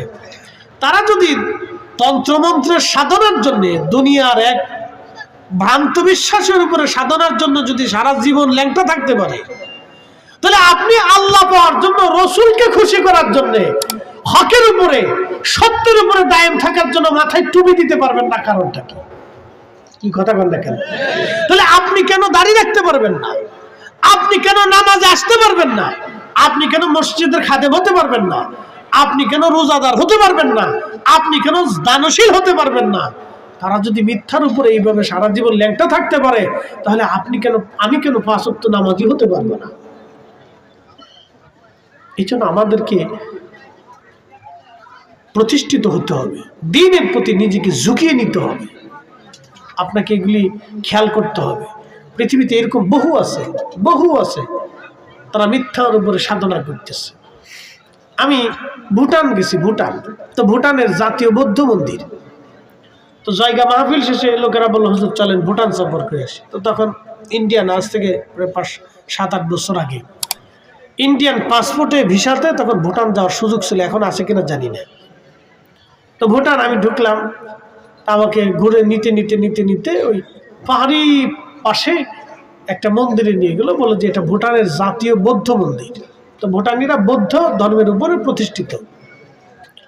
তা আমি দেখার জন্য আমাকে নিয়ে গেল। তারা মন্দির খুব ঢক করে পাহাড়ের পাশ দিয়ে, পাহাড় কেটে খুব সুন্দর করে বানাইছে, তারা তাদের ধর্মের। তা আমি মন্দিরে ঢুকলাম, চিন্তা করলাম দেখে আসি তারা কি করে। তা আমার এই জুব্বা জাব্বি গায়ে দেওয়া, পাগড়ি টাগড়ি মাথায়। তা আমি মন্দিরের সামনে যখন গেছি, তখন দেখি ওরা সিরিয়াল করে বৌদ্ধর একটা মন্দির বানাইছে, স্বর্ণ দিয়ে মূর্তি বানাইছে। এই মূর্তির সামনে তারা সিরিয়াল করে ত্রিপিটক, তাদের ধর্মগ্রন্থের নাম ত্রিপিটক, পাঠ করতেছে। একজনে বাঁশি বাজাচ্ছে, আর একজনে পাঠ করতেছে, খুব সুরে সুরে সুরে সুরে পাঠ করে। তা আমি যাওয়ার পরে আমার এই বুড়া আঙ্গুল দিয়ে সম্ভাষণ দিয়েছে, তোমার স্বাগত। তা আমি আবার চিন্তা করলাম, যেহেতু সে আমার বুড়া আঙ্গুল দিয়েছে, তা আমার তো জোয়ান দেখাই লাভ নেই, তা আমি বুড়াটা দেখাই, ঠিক আছে তোমার স্বাগত। তো সে আমাকে স্বাগতম নিয়ে আমার সে সবকিছু দেখাইলো। তা আমি দেখলাম। আমার বলার উদ্দেশ্য হলো, একটা মিথ্যার উপরে মানুষ কোটি কোটি টাকা দিয়ে, স্বর্ণ দিয়ে মন্দির বানাইছে, স্বর্ণ দিয়ে। আর আমরা মুসলমান সিরা টাকা, ফসা টাকা মসজিদে যেটা চলে না, হেঁটে বাক্সের ভিতরে দিয়ে আসে। কি কথা বল না কেন? সে আবার রাত্রিবেলা এসে ঘুমাই ঘুমাই স্বপ্ন দেখে, আমি মরে যাবো, বেহেশত পাবো, 80টা হুর পাবো। শয়তানে হাসে আর কয়, ওরে চাচা তুমি সিরা টাকা মসজিদে দিয়ে জান্নাতে যাওয়ার আশা করতেছো। এলে আমরা মুসলমান। আপনি চিন্তা করেন, বাংলাদেশে 30,000 দুর্গা পূজার মন্দির হয়েছে, মূর্তি হয়েছে 30,000 বর্তমান এই বছরে 30,000 হয়েছে। 30,000 বানাইয়া তারা স্বর্ণ দিয়ে বানাইলো, কাপড় দিয়ে ঢাকলো, পূজা অর্চনা করলো, 7 দিন না 12 দিন কিভাবে করে তারা ঢোল লোকের পিঠে আনন্দ ফুর্তি করে নাইছে গে, শেষ পর্যন্ত তারা নিয়ে পুকুরের মধ্যে, সমুদ্রের ভিতরে, নদীর মধ্যে ফেলে দিয়ে চলে সেগুলো আমরা বিসর্জন দিয়েছি। কি দিছি? বিসর্জন। তাদের ধর্মের ভাষায় তারা বলে আমরা বিসর্জন দিছি। আচ্ছা, তারা লক্ষ লক্ষ কোটি কোটি টাকা খরচা করে পানির ভিতরে ফেলে দিয়ে আসলো। আমাদের মসজিদ মাদ্রাসা কি পানির ভিতরে ফেলাই দিই আমরা? তারপরেও এই মসজিদ মাদ্রাসার দানের কথা বলতে বলতে হুজুরদের শিক্ষার পড়তে পড়তে গলার পানি শুকায় যায়। তারপরেও অনেকে দিবার চেয়ে দেয় না, ওয়াদা করছে দেয় না, 6 মাস আগে দিবার চেয়েছে দেয় না, 5 বছর হয়ে গেছে দেয় না। আর মসজিদের ইমাম সাহেবের বেতন তো দিবারই চায় না। এটা কয়ে লাভ নাই, ইমাম সাহেবের বেতন দিতেই চায় না। এর বড় কঠিন অবস্থা। কমিটি খুব বিভাগে 5,000 10,000 টাকার বেতন, এগুলো তো হয় না। বাবাজি একটা কথা আপনাদেরকে বলি, একটা বিড়ির দাম 10 টাকা। একটা বিড়ির দাম কত? 10 টাকা। একজনের জিগায় বিড়ি কয়টা লাগে? হুজুর 60টা লাগে। আমি বললাম আপনি মানুষ না জিন? কই যাই কোন আমার বিড়ি লাগবে। আমি বললাম খান, আপনি আর কি করবেন? 60টা বিড়ি আপনার প্রত্যেক দিন লাগে, তা আপনার জিন ছাড়া আর কি খাওয়া যাবে? তো 10টা বিড়ি যদি একজনে খা, তো প্রত্যেক দিন 100 টাকা তার বিড়ির পিছনে চলে যায়। সে মাসে খরচা করে 3,000 টাকা। 3,000 টাকা শুধু সে বিড়ির পিছনে খরচা করে, কিন্তু মসজিদে ইমাম সাহেবের জন্য 200 টাকা দিতে বললেও দেয় না। ঘুরাইতে ঘুরাইতে রমজান পর্যন্ত ঠেকায়, কিছু দিয়ে আর পরে দেবানি কয়, আর কিয়ামতের আগে দিছে কিনা আল্লাহ জানে। তো কিয়ামতের ময়দানে মসজিদ কমিটির হাল খাতা দিতে হবে যে যারা যারা বাকি রাখছিল তারা দিয়ে যান। বুঝতে পারছেন? এই হচ্ছে আমরা। আমার বলার উদ্দেশ্য হলো, দেখেন তারা একটা মন্দির বানায় সেটার পূজা অর্চনা করতেছে, তাও স্বর্ণ দিয়ে বানাইছে,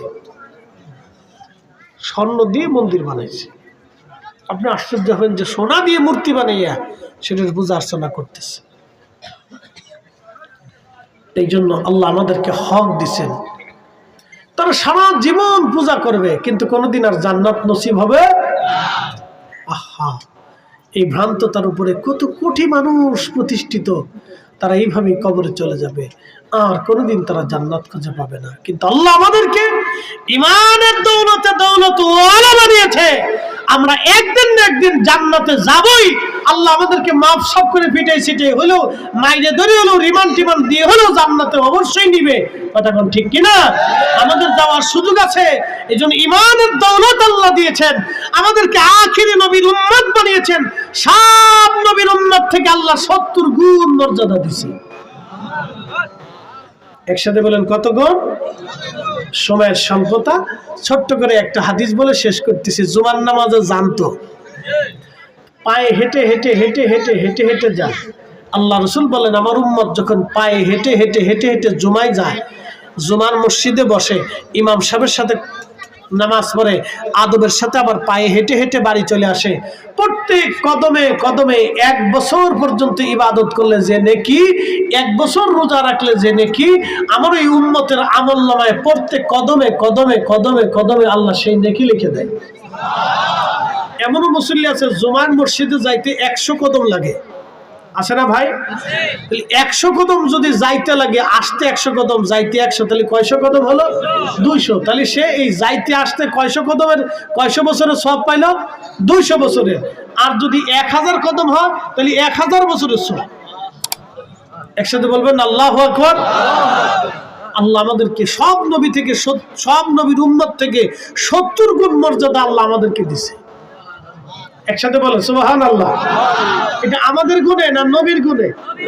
জোরে বলেন, আমাদের গুণে না নবীর গুণে? নবীর গুণে।